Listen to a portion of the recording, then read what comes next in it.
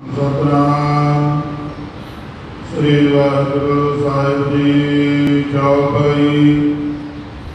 चरण कमल जब देखा पाए, सूखे पिट पर ले आए। सुंदर शाखा दल फल फूला, सोध भास मन अनुकूला। चौपाई चरण कमल जब देखा पाए।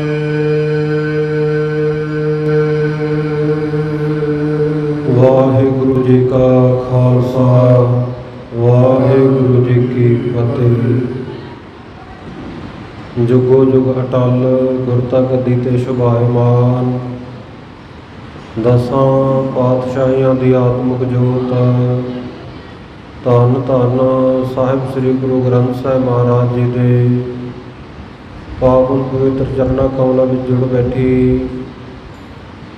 परम प्रीतवान सतगुरां दी साजी नवाजी साध संगत जीओ। सतगुरु जी के पवित्र स्थान गुरुद्वारा शहीद बाबा निहाल सिंह जी नगर तलन साहिब विखे आप जी दर्शन दीदारे कर रहे हो।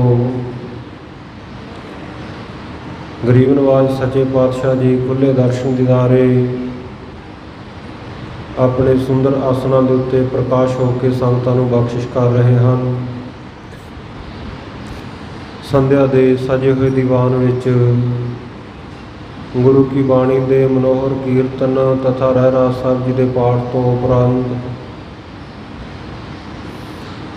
सतगुरु नानक देव महाराज सच्चे पातशाह जी के पावन पवित्र जीवन की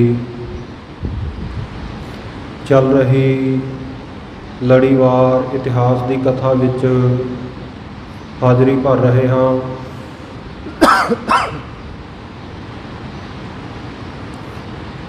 सतगुरु जी की रहमत का सदका महाकवि भाई संतोख सिंह जी ने श्री गुरु नानक प्रकाश विच जो भाई वाले वाली जन्म साखी नूं आधार बना के सुंदर छंदाबंदी विच कथा कथन की है। तिस दी विचार आपां नेता प्रति रल मिल के करते हाँ। बीते कल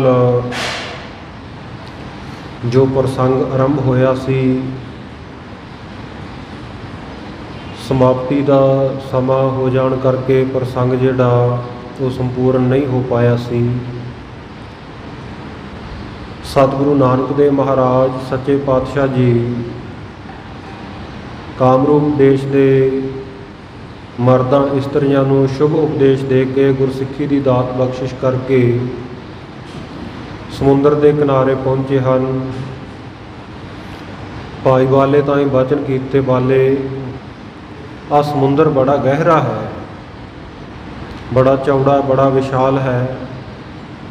साडा मन है कि इस समुंदर नूं पार करके पारले पासे पहुँचा जाए,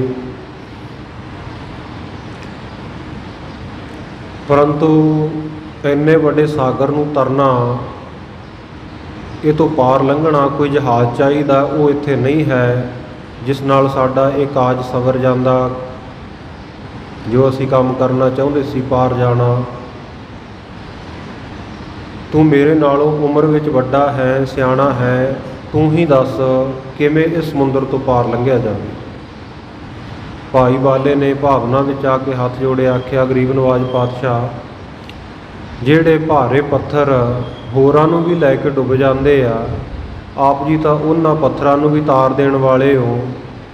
ते महाराज इंसानां नूं मनुखां नूं आ दुनियावी समुंदर तो पार करना तुहाडे वास्ते कितना औखा है। आप जी तो संसार समुंदर तो जीवां नूं पार करन दी समर्था रखते हो।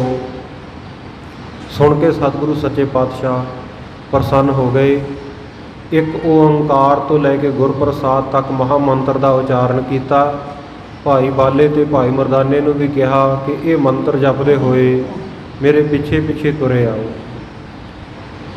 समुंदर के पानी के उत्ते सतगुरु सच्चे पातशाह ते दोवें भावना वाले गुरु के सिख भाई वाला भाई मरदाना जी इउं तुरे जाते हैं जिवें आपां धरती उत्ते फर्श के उत्ते तुरदे हाँ।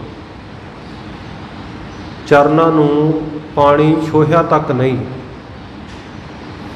ਪਾਰ ਕਰਕੇ ਸਮੁੰਦਰ ਨੂੰ ਵਿਚਕਾਰ ਇੱਕ ਟਾਪੂ ਆਇਆ। ਉੱਥੇ ਦੇ ਲੋਕਾਂ ਨੂੰ ਉਪਦੇਸ਼ ਦਿੱਤਾ।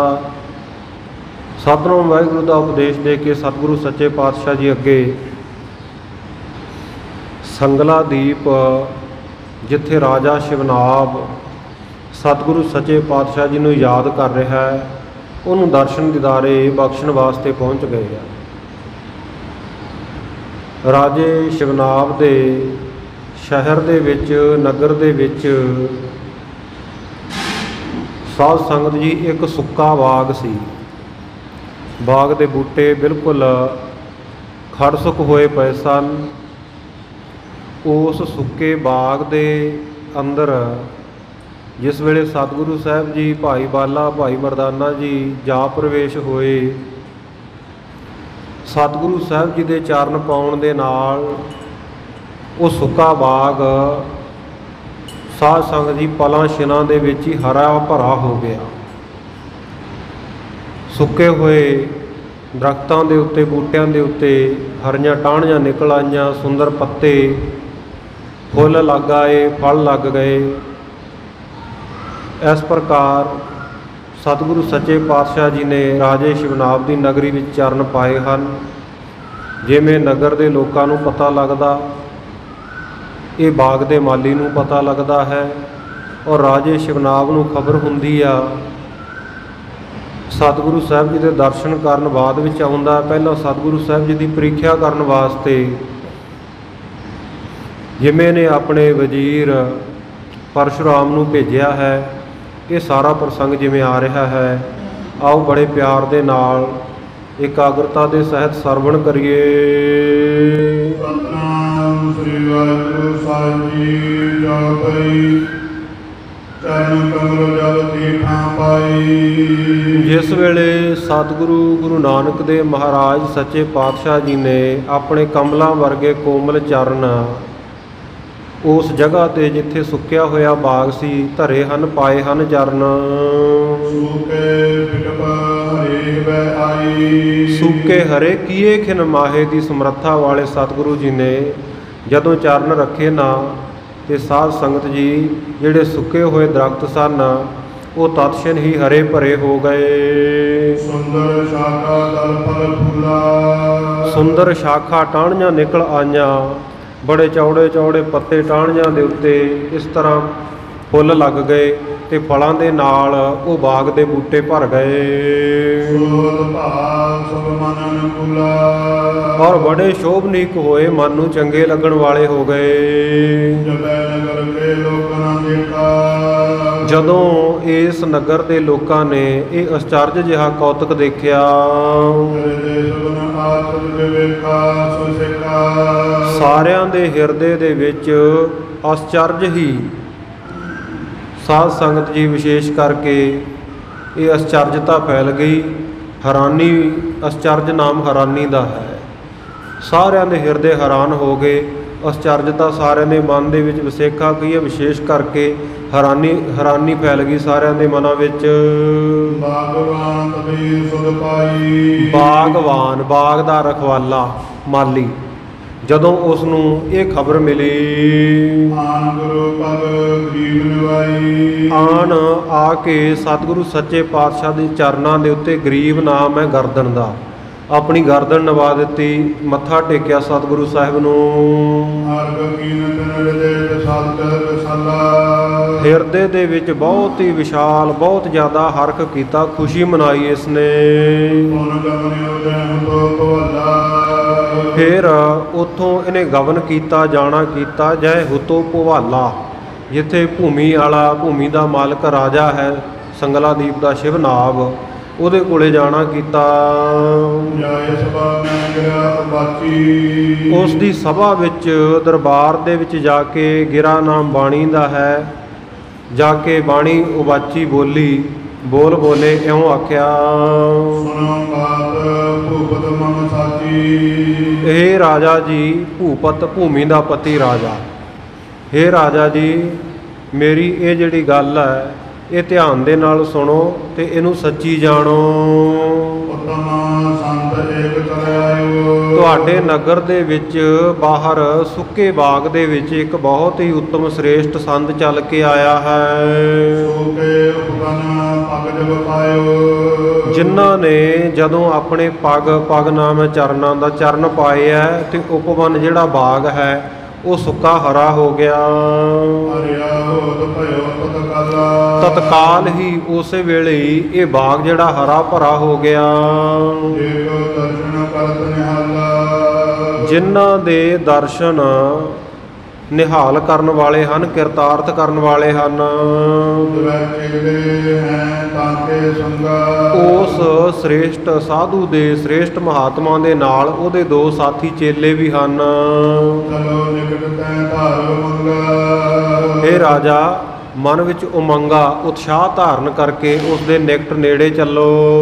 ਸੁਨਤ ਸ਼੍ਰਵਣ ਭੂਪਤ ਹਰਿ ਖਾਇਓ। ਇਹ ਬਚਨ ਕੰਨੀ ਸੁਣ ਕੇ, ਸ਼੍ਰੋਣਾ ਦੇ ਨਾਲ, ਸ਼ਰਵਣਾਂ ਦੇ ਨਾਲ ਸੁਣ ਕੇ ਭੂਪਤ ਜਿਹੜਾ ਰਾਜਾ ਹੈ ਉਹ ਹਰਖਾਇਓ ਬਹੁਤ ਖੁਸ਼ ਹੋਇਆ। ਮੰਤਰੀ ਆਪਣਾ ਨਿਕਟ ਬੁਲਾਇਓ। ਉਸ ਵੇਲੇ ਆਪਣੇ ਮੰਤਰੀ ਨੂੰ, ਆਪਣੇ ਵਜ਼ੀਰ ਨੂੰ ਇਹਨੇ ਆਪਣੇ ਨਿਕਟ ਨੇੜੇ ਬੁਲਾਇਆ ਏਕ ਸੰਗ ਕਹੀ ਏ ਬਾਣੀ। ਤੇ ਆਪਣੇ ਵਜ਼ੀਰ ਪਰਸ਼ੂਰਾਮ ਦੇ ਨਾਲ ਇਹ ਗੱਲਬਾਤ ਕੀਤੀ। ਜਾਲੋ ਨਿਕਟ ਸੰਤ ਸੁਖਦਾਨੀ। ਕਹਿਣ ਲੱਗਾ ਜਿਹੜੇ ਸੁੱਖ ਦੇਣ ਵਾਲੇ, ਸੁੱਖਾਂ ਦਾ ਦਾਨ ਦੇਣ ਵਾਲੇ ਸੰਤ ਆਏ ਹੈ ਉਹਨਾਂ ਦੇ ਨੇੜੇ ਜਾਓ। ਤੇਰੀ ਨਾਨਕ ਆਤਮ ਕੀਨਾ। ਜੇਕਰ ਸਤਿਗੁਰੂ ਨਾਨਕ ਦੇਵ ਮਹਾਰਾਜ ਸੱਚੇ ਪਾਤਸ਼ਾਹ ਜੀ ਦਾ ਆਉਣਾ ਹੋਇਆ, ਕਰੋ ਪਰਖ ਭਰ ਵਿਦ ਲਿਓ ਚੀਨਾ। ਤੁਸੀਂ ਚੰਗੀ ਤਰ੍ਹਾਂ ਭਲੇ ਪ੍ਰਕਾਰ ਕਰਕੇ ਜਾ ਕੇ ਪਰਖ ਕਰੋ, ਪਤਿਆਵਾ ਲਓ, ਚੰਗੀ ਤਰ੍ਹਾਂ ਪਛਾਣੋ ਵੀ ਕੀ ਇਹ ਸਤਿਗੁਰੂ ਨਾਨਕ ਦੇਵ ਜੀ ਹੀ ਆਏ ਹਨ। ਕਿਉਂਕਿ ਰਾਜਾ ਸ਼ਿਵਨਾਭ ਜਦੋਂ ਤੋਂ ਮਨਸੁਖ ਸ਼ਾਹ ਗੁਰੂ ਕੇ ਸਿੱਖ ਦੀ ਸੰਗਤ ਹੋਈ ਸੀ ਨਾ, ਉਸ ਵੇਲੇ ਤੋਂ ਭਾਵਨਾ ਸਤਿਗੁਰੂ ਦੇ ਚਰਨਾਂ ਦੇ ਉੱਤੇ ਰਾਜੇ ਸ਼ਿਵਨਾਭ ਦੇ ਹਿਰਦੇ ਵਿੱਚ ਪੈਦਾ ਹੋ ਗਈ ਸੀ। ਸਤਿਗੁਰੂ ਸਾਹਿਬ ਜੀ ਦੇ ਦਰਸ਼ਨਾਂ ਦਾ ਪਿਆਸਾ ਸੀ। ਪਰ ਜਦੋਂ ਹੋਰ ਸਾਧੂ ਮਹਾਤਮਾ ਨੂੰ, ਪਖੰਡੀ ਲੋਕਾਂ ਨੂੰ ਪਤਾ ਲੱਗਿਆ ਕਿ ਰਾਜਾ ਸ਼ਿਵਨਾਭ ਗੁਰੂ ਨਾਨਕ ਦੇਵ ਜੀ ਦੇ ਦਰਸ਼ਨ ਕਰਨੇ ਚਾਹੁੰਦਾ, ਤਾਂ ਉਸ ਵੇਲੇ ਸਾਰੇ ਹੀ ਸੋਚਦੇ ਆ ਵੀ ਅਸੀਂ ਕਿਉਂ ਨਾ ਨਾਨਕ ਬਣ ਕੇ ਚਲੇ ਜਾਈਏ, ਰਾਜੇ ਨੂੰ ਕਿਹੜਾ ਪਤਾ ਵੀ ਗੁਰੂ ਨਾਨਕ ਕੌਣ ਹੈ। ਤੋ ਸਾਧ ਸੰਗਤ ਜੀ ਬੜੇ ਗੁਰੂ ਨਾਨਕ ਨਾਮ ਰਖਾ ਕੇ ਇਹ ਰਾਜੇ ਸ਼ਿਵਨਾਭ ਦੇ ਸ਼ਹਿਰ ਦੇ ਵਿੱਚ ਇਹਨੂੰ ਦਰਸ਼ਨ ਦੇਣ ਦੇ ਵਾਸਤੇ ਆਏ ਸਨ। ਪਰ ਰਾਜੇ ਨੇ ਜੋ ਸ਼ੰਕਾ ਪੈਦਾ ਕੀਤੇ ਉਹਨਾਂ ਨੂੰ ਕੋਈ ਨਿਵਰਤ ਨਾ ਕਰ ਸਕਿਆ, ਇਹਦੇ ਮਨ ਦਾ ਸੰਸਾ ਚਿੰਤਾਵਾਂ ਨੂੰ ਕੋਈ ਦੂਰ ਨਾ ਕਰ ਸਕਿਆ। ਇਸ ਕਰਕੇ ਹੁਣ ਤੋਂ ਜਿਹੜਾ ਵੀ ਸਾਧੂ ਮਹਾਤਮਾ ਆਉਂਦਾ ਸੀ, ਰਾਜੇ ਨੇ ਇਹ ਪੱਕਾ ਨਿਯਮ ਬੰਨ੍ਹ ਦਿੱਤਾ ਕਿ ਪਹਿਲਾਂ ਉਹਦੀ ਪਰਖ ਕੀਤੀ ਜਾਵੇਗੀ, ਪਰਖਿਆ ਜਾਵੇਗਾ ਕਿ ਇਹ ਸੱਚਮੁੱਚ ਗੁਰੂ ਨਾਨਕ ਹੈ ਜਾਂ ਕੋਈ ਪਖੰਡੀ ਤਾਂ ਨਹੀਂ ਆ ਗਿਆ। ਕਿਉਂਕਿ ਸਾਧ ਸੰਗਤ ਜੀ ਕਲੂ ਕਾਲ ਦਾ, ਕਲਯੁਗ ਦਾ ਸਮਾਂ ਹੀ ਐਸਾ ਹੈ, ਇੱਥੇ ਸਾਧ ਸੰਗਤ ਜੀ ਸਿੱਖ ਤਾਂ ਬਣਨ ਨੂੰ ਕੋਈ ਤਿਆਰ ਹੀ ਨਹੀਂ, ਸਾਰੇ ਗੁਰੂ ਹੀ ਬਣਨ ਨੂੰ ਫਿਰਦੇ ਆ। ਜਿਹੜਾ ਕਿਹੜਾ ਸਾਧ ਸੰਗਤ ਜੀ ਆਪਣੇ ਆਪ ਨੂੰ ਗੁਰੂ, ਆਪਣੇ ਆਪ ਨੂੰ ਉਸਤਾਦ ਕਹਾਉਂਦਾ, ਸਿੱਖ ਬਣਨ ਨੂੰ ਕੌਣ ਤਿਆਰ ਹੈ। ਸੋ ਸਾਧ ਸੰਗਤ ਜੀ ਗੁਰੂ ਨਾਨਕ ਦੇਵ ਮਹਾਰਾਜ ਸੱਚੇ ਪਾਤਸ਼ਾਹ ਦਾ ਨਾਮ ਰਖਾ ਕੇ ਬਹੁਤ ਸਾਰੇ ਆਏ, ਪਰ ਰਾਜੇ ਦੇ ਮਨ ਦੀ ਸ਼ੰਕਾ ਕਿਸੇ ਨੇ ਦੂਰ ਨਾ ਕੀਤੀ। ਇਸ ਕਰਕੇ ਅੱਜ ਸਤਿਗੁਰੂ ਨਾਨਕ ਦੇਵ ਮਹਾਰਾਜ ਆਪ ਆਏ ਹੈ, ਪਰ ਫਿਰ ਵੀ ਰਾਜਾ ਪਰਖਣਾ ਚਾਹੁੰਦਾ ਕਿ ਕਿਤੇ ਪਹਿਲਾਂ ਵਾਲੇ ਪਖੰਡੀ ਸਾਧਾਂ ਵਰਗਾ ਹੀ ਕੋਈ ਸਾਧ ਨਾ ਹੋਵੇ, ਐਵੇਂ ਨਾਨਕ ਨਾਮ ਰੱਖ ਕੇ ਆ ਗਿਆ ਹੋਵੇ। ਪੂਰਨ ਸਤਿਗੁਰੂ ਨਾਨਕ ਦੇਵ ਮਹਾਰਾਜ ਜੀ ਜੇ ਉਹ ਆਉਣਗੇ ਤੇ ਉਹ ਪਰਖ ਵਿੱਚ ਖਰੇ ਉਤਰਨਗੇ, ਤੇ ਜਿਸ ਕਰਕੇ ਮੈਨੂੰ ਤਸੱਲੀ ਹੋ ਜਾਏਗੀ। ਇਉਂ ਆਪਣੇ ਵਜ਼ੀਰ ਪਰਸ਼ੂਰਾਮ ਨੂੰ ਕਹਿੰਦਾ ਕਿ ਤੁਸੀਂ ਜਾਓ, ਜਿੱਥੇ ਇਹ ਸੰਤ ਆਏ ਹੈ ਇਹਨਾਂ ਦੀ ਪਰਖ ਕਰੋ, ਪਰਖ ਕੇ ਚੰਗੀ ਤਰ੍ਹਾਂ ਪਛਾਣੋ ਕਿ ਸਤਿਗੁਰੂ ਨਾਨਕ ਦੇਵ ਜੀ ਹਨ ਜਾਂ ਕੋਈ ਹੋਰ ਹਨ। ਇਹ ਮੰਤਰੀ ਦਾ ਨਾਮ ਪਰਸ਼ੂਰਾਮ ਹੈ। ਇਹਨੇ ਰਾਜੇ ਦੇ ਵਚਨਾਂ ਨੂੰ ਸੁਣ ਕੇ ਸੁੰਦਰ ਭੋਜਨ ਵੀਨਾ ਸਮੀਪਾ, ਬਹੁਤ ਸੁੰਦਰ ਭੋਜਨ ਤਿਆਰ ਕੀਤਾ ਤੇ ਆਪਣੇ ਨਾਲ ਲੈ ਲਿਆ। ਗਮਨਿਓ ਪਵਨ ਕੋ ਤਤਕਾਲ। ਉਸ ਵੇਲੇ ਇਹਨੇ ਗਮਨ ਕੀਤਾ, ਜਾਣਾ ਕੀਤਾ ਬਾਗ ਦੇ ਵਿੱਚ ਤਤਕਾਲ ਹੀ, ਸ਼ੀਘਰ ਹੀ। ਜਾਂ ਵਿਰਾਜਤ ਦੀਨ ਦਿਆਲਾ, ਜਿੱਥੇ ਦੀਨਾਂ ਦੇ ਉੱਤੇ ਦਇਆ ਦਾ ਘਰ ਬਣ ਕੇ ਮਿਹਰ ਕਰਨ ਵਾਲੇ, ਦਇਆਲਾ ਦਇਆ ਪਲੱਸ ਆਲਾ, ਦਇਆ ਦਾ ਜਿਹੜਾ ਘਰ ਹੈ, ਜਿੱਥੇ ਦੀਨਾਂ ਦੇ ਉੱਤੇ ਦੁਖੀਆਂ ਦੇ ਉੱਤੇ ਦਇਆ ਕਰਨ ਵਾਲੇ ਸਤਿਗੁਰੂ ਜੀ ਬੈਠੇ ਹਨ, ਵਿਰਾਜੇ ਹਨ। ਕੀਨ ਵੰਦਨਾ ਤ੍ਰੈ ਕਰ ਜੋਰੀ। ਇਹਨੇ ਜਾ ਕੇ ਦੋਵੇਂ ਕਰਨਾਮ ਹੱਥਾਂ ਦਾ ਹੈ, ਦੋਵੇਂ ਹੱਥ ਜੋੜ ਕੇ ਵੰਦਨਾ ਕੀਤੀ, ਨਮਸਕਾਰ ਕੀਤੀ। ਆਗੇ ਭੋਜਨ ਧਰਿਓ ਬਹੋਰੀ। ਉਸ ਤੋਂ ਬਾਅਦ ਬਹੋਰੀ ਬਾਅਦ ਵਿੱਚ ਫਿਰ ਇਹਨੇ ਜਿਹੜਾ ਭੋਜਨ ਨਾਲ ਲੈ ਕੇ ਗਿਆ ਸੀ ਤਿਆਰ ਕਰਵਾ ਕੇ ਪਰਸ਼ੂਰਾਮ ਵਜ਼ੀਰ, ਸਤਿਗੁਰੂ ਸਾਹਿਬ ਜੀ ਦੇ ਅੱਗੇ ਰੱਖ ਦਿੱਤਾ।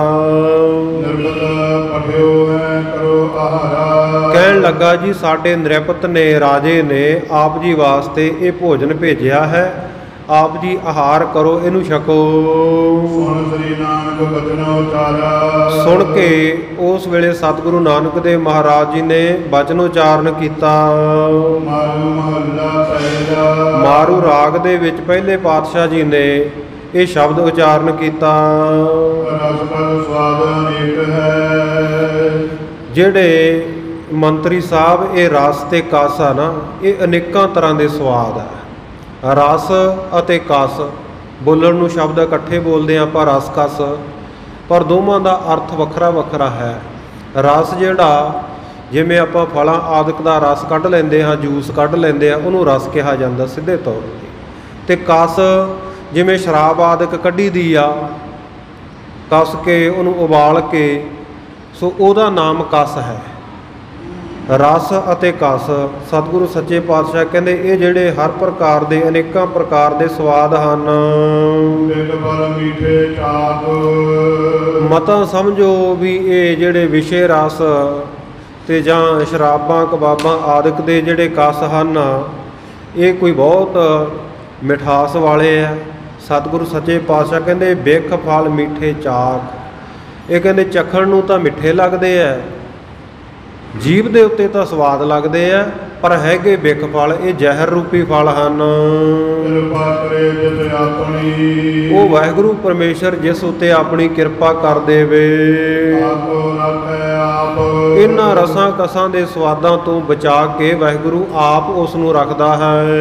ਲਓ ਬਈ ਰਸ ਕਸ ਸਾਧ ਬਾਦ ਇਹ ਜਾਨੋ। ਇਹ ਜਿਹੜਾ ਮਾਰੂ ਰਾਗ ਵਿੱਚ ਉਚਾਰਨ ਕੀਤਾ ਹੋਇਆ ਸ਼ਬਦ ਹੈ, ਇਹ ਸਾਧ ਸੰਗਤ ਜੀ ਗੁਰੂ ਗ੍ਰੰਥ ਸਾਹਿਬ ਮਹਾਰਾਜ ਸੱਚੇ ਪਾਤਸ਼ਾਹ ਦੀ ਬਾਣੀ ਵਿੱਚ ਦਰਜ ਨਹੀਂ ਹੈ।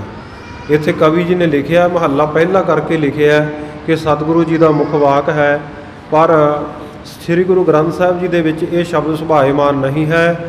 ਰਸ ਕਸ ਸਾਧ ਬਾਦ ਇਹ ਜਾਨੋ। ਸਤਿਗੁਰੂ ਜੀ ਕਹਿੰਦੇ ਜਿਹੜੇ ਪਦਾਰਥਾਂ ਦੇ ਰਸ ਤੇ ਸ਼ਰਾਬ ਆਦਿਕ ਕਸ, ਇਹਨਾਂ ਦੇ ਜਿਹੜੇ ਸਵਾਦ ਹੈ, ਇਹਨਾਂ ਨੂੰ ਬਾਦ ਵਿਅਰਥ ਹੀ ਜਾਣੋ। ਨਾਮ ਮਹਾਰਸ ਸੁਖ ਦਾ ਮਨ। ਇਹ ਜਿਹੜੇ ਵਿਅਰਥ ਹੈ, ਇਹ ਕਿਸੇ ਕੰਮ ਨਹੀਂ, ਪਰ ਨਾਮ ਦੇ ਵਿੱਚੋਂ ਜਿਹੜਾ ਮਹਾਰਸ ਆਉਂਦਾ ਹੈ, ਉਹ ਸੁਖ ਦਾ ਮੰਨੋ, ਸੁਖਦਾਈ ਮੰਨੋ, ਸੁਖ ਦੇਣ ਵਾਲਾ ਮੰਨੋ ਉਸ ਨੂੰ। ਫਸੇ ਜੀਵਨ ਮੈਂ ਬਹੁਤ ਵਿਕਾਰਾ। ਜਿਹੜਾ ਕੋਈ ਰਸਾਂ ਕਸਾਂ ਦੇ ਵਿੱਚ ਫਸਦਾ ਹੈ, ਲੁਭਾਏਮਾਨ ਹੁੰਦਾ, ਲਿਪਤ ਹੁੰਦਾ ਹੈ, ਉਹਦੇ ਵਾਸਤੇ ਤਾਂ ਕਹਿੰਦੇ ਇਹ ਬਹੁਤ ਵਿਕਾਰ ਪੈਦਾ ਕਰਨ ਵਾਲੇ ਹਨ। ਨਾਮ ਕੇ ਰਸ ਅਵਕਾਰਾ। ਤੇ ਜੇਕਰ ਨਾਮ ਦਾ ਰਸ ਆ ਜਾਏ ਤੇ ਉਹ ਆ ਵਿਕਾਰ ਕਰਨ ਵਾਲਾ, ਵਿਕਾਰਾਂ ਤੋਂ ਰਹਿਤ ਕਰਨ ਵਾਲਾ ਹੈ। ਇਹ ਰਸ ਛਾਡੇ ਉਹ ਰਸ ਆਵਾ, ਉਹ ਰਸ ਪੀਆ, ਇਹ ਰਸ ਪੀਆ ਉਹ ਰਸ ਨਹੀਂ ਭਾਵਾ। ਜਦੋਂ ਸੰਸਾਰੀ ਰਸ ਛੱਡ ਕੇ ਵਾਹਿਗੁਰੂ ਦੇ ਨਾਮ ਦਾ ਰਸ ਆਉਣ ਲੱਗ ਪਵੇ, ਫਿਰ ਸਾਧ ਸੰਗਤ ਜੀ ਸੰਸਾਰੀ ਰਸ ਜਿਹੜੇ ਆ, ਰਸ ਕਸ, ਉਹ ਭਾਉਂਦੇ ਨਹੀਂ, ਚੰਗੇ ਨਹੀਂ ਲੱਗਦੇ। ਵਾਹਿਗੁਰੂ ਦੇ ਨਾਮ ਦਾ ਰਸ ਹੀ ਚੰਗਾ ਲੱਗਦਾ ਹੈ। ਸੁਣ ਕੇ ਬਚ ਮੰਤਰੀ ਬਿਸਮਾਨਾ। ਸਤਿਗੁਰੂ ਸਾਹਿਬ ਜੀ ਦੇ ਇਹ ਬਚਨ ਸੁਣ ਕੇ ਮੰਤਰੀ ਬੜਾ ਬਿਸਮਾਨਾ, ਬੜਾ ਹੀ ਬਿਸਮਾਦ ਹੋਇਆ, ਬੜਾ ਅਚਰਜ ਹੈਰਾਨ ਹੋ ਗਿਆ। ਬਦਰੋ ਗਗਨਿਓ ਨਿਕਟ ਰਜ਼ਾਨਾ। ਉਸ ਤੋਂ ਬਾਅਦ ਸਤਿਗੁਰੂ ਸਾਹਿਬ ਜੀ ਨੂੰ ਮੱਥਾ ਟੇਕ ਕੇ ਮੁੜ ਕੇ ਰਾਜੇ ਦੇ ਕੋਲ, ਸ਼ਿਵਨਾਬ ਦੇ ਕੋਲ ਚਲਿਆ ਗਿਆ। ਜਾਏ ਸਦੇ ਪਤਰਿਓ ਕਰ ਸੰਤਾ। ਜਾ ਕਰਕੇ ਸਾਰਾ ਵਰਤਾਂਤ, ਸਾਰਾ ਹਾਲ ਸਤਿਗੁਰੂ ਨਾਲ ਬਚਨ ਵਿਲਾਸ ਹੋਏ ਜਿਹੜੇ, ਉਹ ਦੱਸ ਦਿੱਤੇ ਰਾਜੇ ਨੂੰ। ਸਾਧ ਅਸਨ ਤੇ ਪ੍ਰਗਤੀ ਸੰਤਾ। ਕਹਿਣ ਲੱਗਾ ਵੀ ਜਿਹੜਾ ਉਹ ਸੰਤ ਆ ਨਾ, ਉਹ ਤਾਂ ਬੜਾ ਵਿਰਕਤ ਹੈ, ਤਿਆਗੀ ਹੈ। ਵਿਰਕਤ ਨਾਮ ਤਿਆਗ ਦਾ, ਬੜਾ ਵਿਰਕਤੀ ਹੈ, ਬੜਾ ਤਿਆਗੀ ਹੈ। ਔਰ ਜਿਹੜੇ ਭੋਜਨ ਦੇ ਸਵਾਦ ਹੈ, ਇਹਨਾਂ ਦੇ ਵਿੱਚ ਲੁਭਾਏਮਾਨ ਹੋਣ ਵਾਲਾ ਨਹੀਂ, ਇਹਨਾਂ ਦਾ ਤਿਆਗ ਕਰਨ ਵਾਲਾ ਹੈ। ਭੂਪਤ ਭਾਗਤ ਸੁੰਦਰ ਨਾਰੀ। ਉਸ ਵੇਲੇ ਰਾਜਾ ਕਹਿਣ ਲੱਗਾ ਚਲੋ ਕੋਈ ਗੱਲ ਨਹੀਂ, ਜੇ ਪਦਾਰਥਾਂ ਦਾ ਸਵਾਦੀ ਨਹੀਂ ਹੈ ਤੇ ਇਉਂ ਕਰ, ਫਿਰ ਸੁੰਦਰ ਇਸਤਰੀਆਂ ਵੇਸ਼ਵਾਵਾਂ ਨੂੰ ਨਾਲ ਲੈ ਜਾ। ਲੈ ਜਾਵੋ ਤੇ ਸੰਤ ਅਗਾਰੀ। ਉਹਨਾਂ ਨੱਚਣ ਗਾਉਣ ਵਾਲਿਆਂ ਨੂੰ ਉਸ ਸੰਤ ਦੇ ਅੱਗੇ ਲੈ ਕੇ ਜਾ। ਸੁਨਤ ਸਚਵਲੇ ਬੇਸਿਆ ਸੰਗਾ। ਉਸ ਵੇਲੇ ਜਿਹੜਾ ਸਚਿਵ ਮੰਤਰੀ ਆ, ਇਹਨੇ ਵੇਸ਼ਵਾਵਾਂ ਨੂੰ ਨਾਲ ਲੈ ਲਿਆ। ਜਿਨ੍ਹਾਂ ਬਲੋਕੇ ਲਜਟਾ ਨੰਗਾ। ਜਿਨ੍ਹਾਂ ਨੂੰ ਦੇਖਣ ਦੇ ਨਾਲ ਇੰਨਾ ਸੁੰਦਰ ਉਹਨਾਂ ਦਾ ਸਰੂਪ ਹੈ, ਉਹਨਾਂ ਵੇਸ਼ਵਾਵਾਂ ਦਾ, ਨੱਚਣ ਗਾਉਣ ਵਾਲਿਆਂ ਦਾ, ਕਿ ਕਾਮਦੇਵ ਜਿਹੜਾ ਉਹ ਵੀ ਉਹਨਾਂ ਦੇ ਸੁੰਦਰ ਸਰੂਪ ਨੂੰ ਦੇਖ ਕੇ ਲੱਜਿਆਮਾਨ ਸ਼ਰਮਸ਼ਾਰ ਹੁੰਦਾ ਹੈ। ਆਏ ਸਲੀਪ ਕਰੀ ਨ੍ਰਿਤਕਾਰੀ। ਇਹ ਜਿਹੜੀਆਂ ਵੇਸ਼ਵਾਵਾਂ ਨੱਚਣ ਗਾਉਣ ਵਾਲੀਆਂ ਸਤਿਗੁਰੂ ਸਾਹਿਬ ਜੀ ਦੇ ਕੋਲ ਆਈਆਂ ਤੇ ਆ ਕੇ ਨੱਚਣਾ ਗਾਉਣਾ ਇਹਨਾਂ ਨੇ ਸ਼ੁਰੂ ਕਰ ਦਿੱਤਾ। ਐ ਮੰਤਰੀ ਇਹ ਭੇਟ ਤੁਮਾਰੀ। ਮੰਤਰੀ ਆ ਕੇ ਕਹਿਣ ਲੱਗਾ, ਕਹਿੰਦਾ ਮਹਾਰਾਜ ਇਹ ਤੁਹਾਡੀ ਭੇਟਾ ਹੈ। ਬੜੀ ਭੂਪ ਹਿਰਦਾ ਹਰਸਾਵਨਾ। ਰਾਜੇ ਸ਼ਿਵਨਾਭ ਨੇ ਤੁਹਾਡੇ ਹਿਰਦੇ ਨੂੰ ਹਲਸਾਉਣ ਵਾਸਤੇ, ਖੁਸ਼ ਕਰਨ ਵਾਸਤੇ ਇਹ ਭੇਟਾ ਤੁਹਾਡੇ ਅੱਗੇ ਭੇਜੀ ਹੈ ਨੱਚਣ ਗਾਉਣ ਵਾਲੀਆਂ। ਸੁਣ ਬੋਲੇ ਜਨ ਕੀਰਤ ਪਾਵਨਾ। ਸੁਣ ਕੇ ਸਤਿਗੁਰੂ ਸੱਚੇ ਪਾਤਸ਼ਾਹ ਜੀ ਬਚਨ ਬੋਲੇ, ਜਿਨ੍ਹਾਂ ਦੀ ਕੀਰਤੀ ਮਹਿਮਾ ਹਮੇਸ਼ਾ ਹੀ ਪਾਵਨ ਪਵਿੱਤਰ ਹੈ। ਦੇਵ ਭਰੀਆਂ ਗੰਦਲਾਂ। ਕਹਿਣ ਲੱਗੇ ਭਾਈ ਆ ਜਿਹੜੀਆਂ ਨੱਚਣ ਗਾਉਣ ਵਾਲੀਆਂ ਨਾ, ਤੁਸੀਂ ਮਤਾ ਸਮਝੋ ਇਹ ਬਹੁਤ ਸੁਨੱਖੀਆਂ, ਬੜੀਆਂ ਸੋਹਣੀਆਂ, ਸੁੰਦਰ ਰੂਪ ਵਾਲੀਆਂ, ਸੁੰਦਰ ਵਸਤਰਾਂ ਵਾਲੀਆਂ, ਸੁੰਦਰ ਗਹਿਣਿਆਂ ਵਾਲੀਆਂ। ਸਤਿਗੁਰੂ ਕਹਿੰਦੇ ਇਹ ਤਾਂ ਵਿਸ਼ ਦੀਆਂ ਭਰੀਆਂ ਹੋਈਆਂ, ਜ਼ਹਿਰ ਦੀਆਂ ਭਰੀਆਂ ਹੋਈਆਂ ਗੰਦਲਾਂ ਹਨ। ਭਰੀਆਂ ਖੰਡ ਵਿਵਾੜ। ਤੇ ਖੰਡ ਦੇ ਨਾਲ ਕੋਟੜ ਕਰਕੇ, ਸ਼ੂਗਰ ਕੋਟੜ ਕਰਕੇ, ਲਬੇੜ ਕੇ, ਲੇਪਣ ਕਰਕੇ ਖੰਡ ਦਾ ਇਹ ਧਰੀਆਂ ਹੋਈਆਂ ਹਨ, ਪਰੋਸੀਆਂ ਹਨ। ਸੁੰਦਰ ਰੂਪ ਪਾਰ ਹੈ। ਇਹਨਾਂ ਦਾ ਜਿਹੜਾ ਰੂਪ ਬੜਾ ਸੁੰਦਰ ਹੈ, ਪਾਰਾਵਾਰਤ ਤੋਂ ਰਹਿਤ ਹੈ। ਜੇਤੀ ਜਨਮ ਵਿਗਾੜ। ਜੇ ਇਹਨਾਂ ਦੇ ਸੁੰਦਰ ਰੂਪ ਨੂੰ ਦੇਖ ਕੇ ਕੋਈ ਲੁਭਾਇਮਾਨ ਹੁੰਦਾ ਹੈ, ਉਸ ਦਾ ਇਹ ਜਨਮ ਵਿਗਾੜ ਦਿੰਦੀਆਂ ਹਨ। ਦੁਰਗੰਧ ਕੋ ਬਾਸਨ ਹੈ ਤੇਰੀ। ਸਤਿਗੁਰੂ ਕਹਿੰਦੇ ਤੁਸੀਂ ਕਹਿੰਦੇ ਹੋ ਵੀ ਸੁੰਦਰ ਇਸਤਰੀਆਂ, ਕਹਿੰਦੇ ਇਹਨਾਂ ਸਰੀਰਾਂ ਦਾ ਕੀ ਹੈ? ਜਿੰਨੇ ਵੀ ਸਰੀਰ ਹੈ ਉੱਪਰੋਂ ਚਾਹੇ ਇਹਨਾਂ ਦੇ ਜਿੰਨਾ ਮਰਜ਼ੀ ਲੇਪਨ ਕਰ ਲਓ, ਜਿੰਨਾ ਮਰਜ਼ੀ ਬਿਊਟੀ ਪਾਰਲਰਾਂ ਵਿੱਚ ਜਾ ਕੇ ਸਜਾ ਲਓ, ਸਤਿਗੁਰੂ ਕਹਿੰਦੇ ਦੁਰਗੰਧ ਕੋ ਬਾਸਨ ਹੈ ਦੇਹੀ। ਇਹ ਜਿਹੜੀ ਦੇਹੀ ਸਰੀਰ ਆ ਨਾ, ਇਹ ਦੁਰਗੰਧੀ ਦਾ ਬਾਸਨ, ਦੁਰਗੰਧੀ ਦਾ ਬਰਤਨ ਹੈ। ਇਨੈ ਸਪਰਸ਼ੈ ਵੈਜੋ ਸਨੇਹੀ। ਜਿਹੜਾ ਇਹਨਾਂ ਨੂੰ ਸਪਰਸ਼ ਕਰੇਗਾ, ਛੂਹਣਾ ਚਾਹੇਗਾ ਸਨੇਹੀ ਹੋ ਕੇ, ਪਿਆਰਾ ਹੋ ਕੇ, ਜਨਮ ਭ੍ਰਿਸ਼ਟ ਤਨ ਕੀਰਾ। ਉਸ ਦਾ ਇਸ ਲੋਕ ਦੇ ਵਿੱਚ, ਇਸ ਸੰਸਾਰ ਦੇ ਵਿੱਚ ਜਨਮ ਭ੍ਰਿਸ਼ਟ ਹੋਵੇਗਾ। ਮੋਏ ਨਰਕ ਮੈਂ ਜਾਮਨੈ ਕੀਰਾ। ਤੇ ਜਦੋਂ ਮਰ ਜਾਵੇਗਾ ਜਮਾਂ ਦੇ ਦੁਆਰੇ ਜਾਣਾ ਪਵੇਗਾ, ਤੇ ਜਮ ਰਾਜਾ, ਧਰਮ ਰਾਜਾ ਉਹਨੂੰ ਨਰਕਾਂ ਵਿੱਚ ਸੁੱਟ ਦੇਵੇਗਾ, ਸਣੇ ਇਹਨਾਂ ਵੇਸ਼ਵਾਵਾਂ ਨੂੰ ਵੀ। ਸੁਣ ਮੰਤਰੀ ਕਰ ਬੰਧਨ ਗਇਓ। ਇਹ ਬਚਨ ਸੁਣ ਕੇ ਸਤਿਗੁਰੂ ਜੀ ਦੇ ਜਿਹੜਾ ਮੰਤਰੀ ਪਰਸ਼ੂਰਾਮ ਸੀ, ਸਤਿਗੁਰੂ ਜੀ ਨੂੰ ਮੱਥਾ ਟੇਕ ਕੇ ਚਲਿਆ ਗਿਆ। ਨਿਰਭਉ ਸਭ ਮੈਂ ਭਾਗਤ ਭਇਓ। ਰਾਜੇ ਨੂੰ ਸਭ ਪ੍ਰਕਾਰ ਦੇ ਨਾਲ ਜਾ ਕੇ ਗੱਲਬਾਤ ਦੱਸੀ।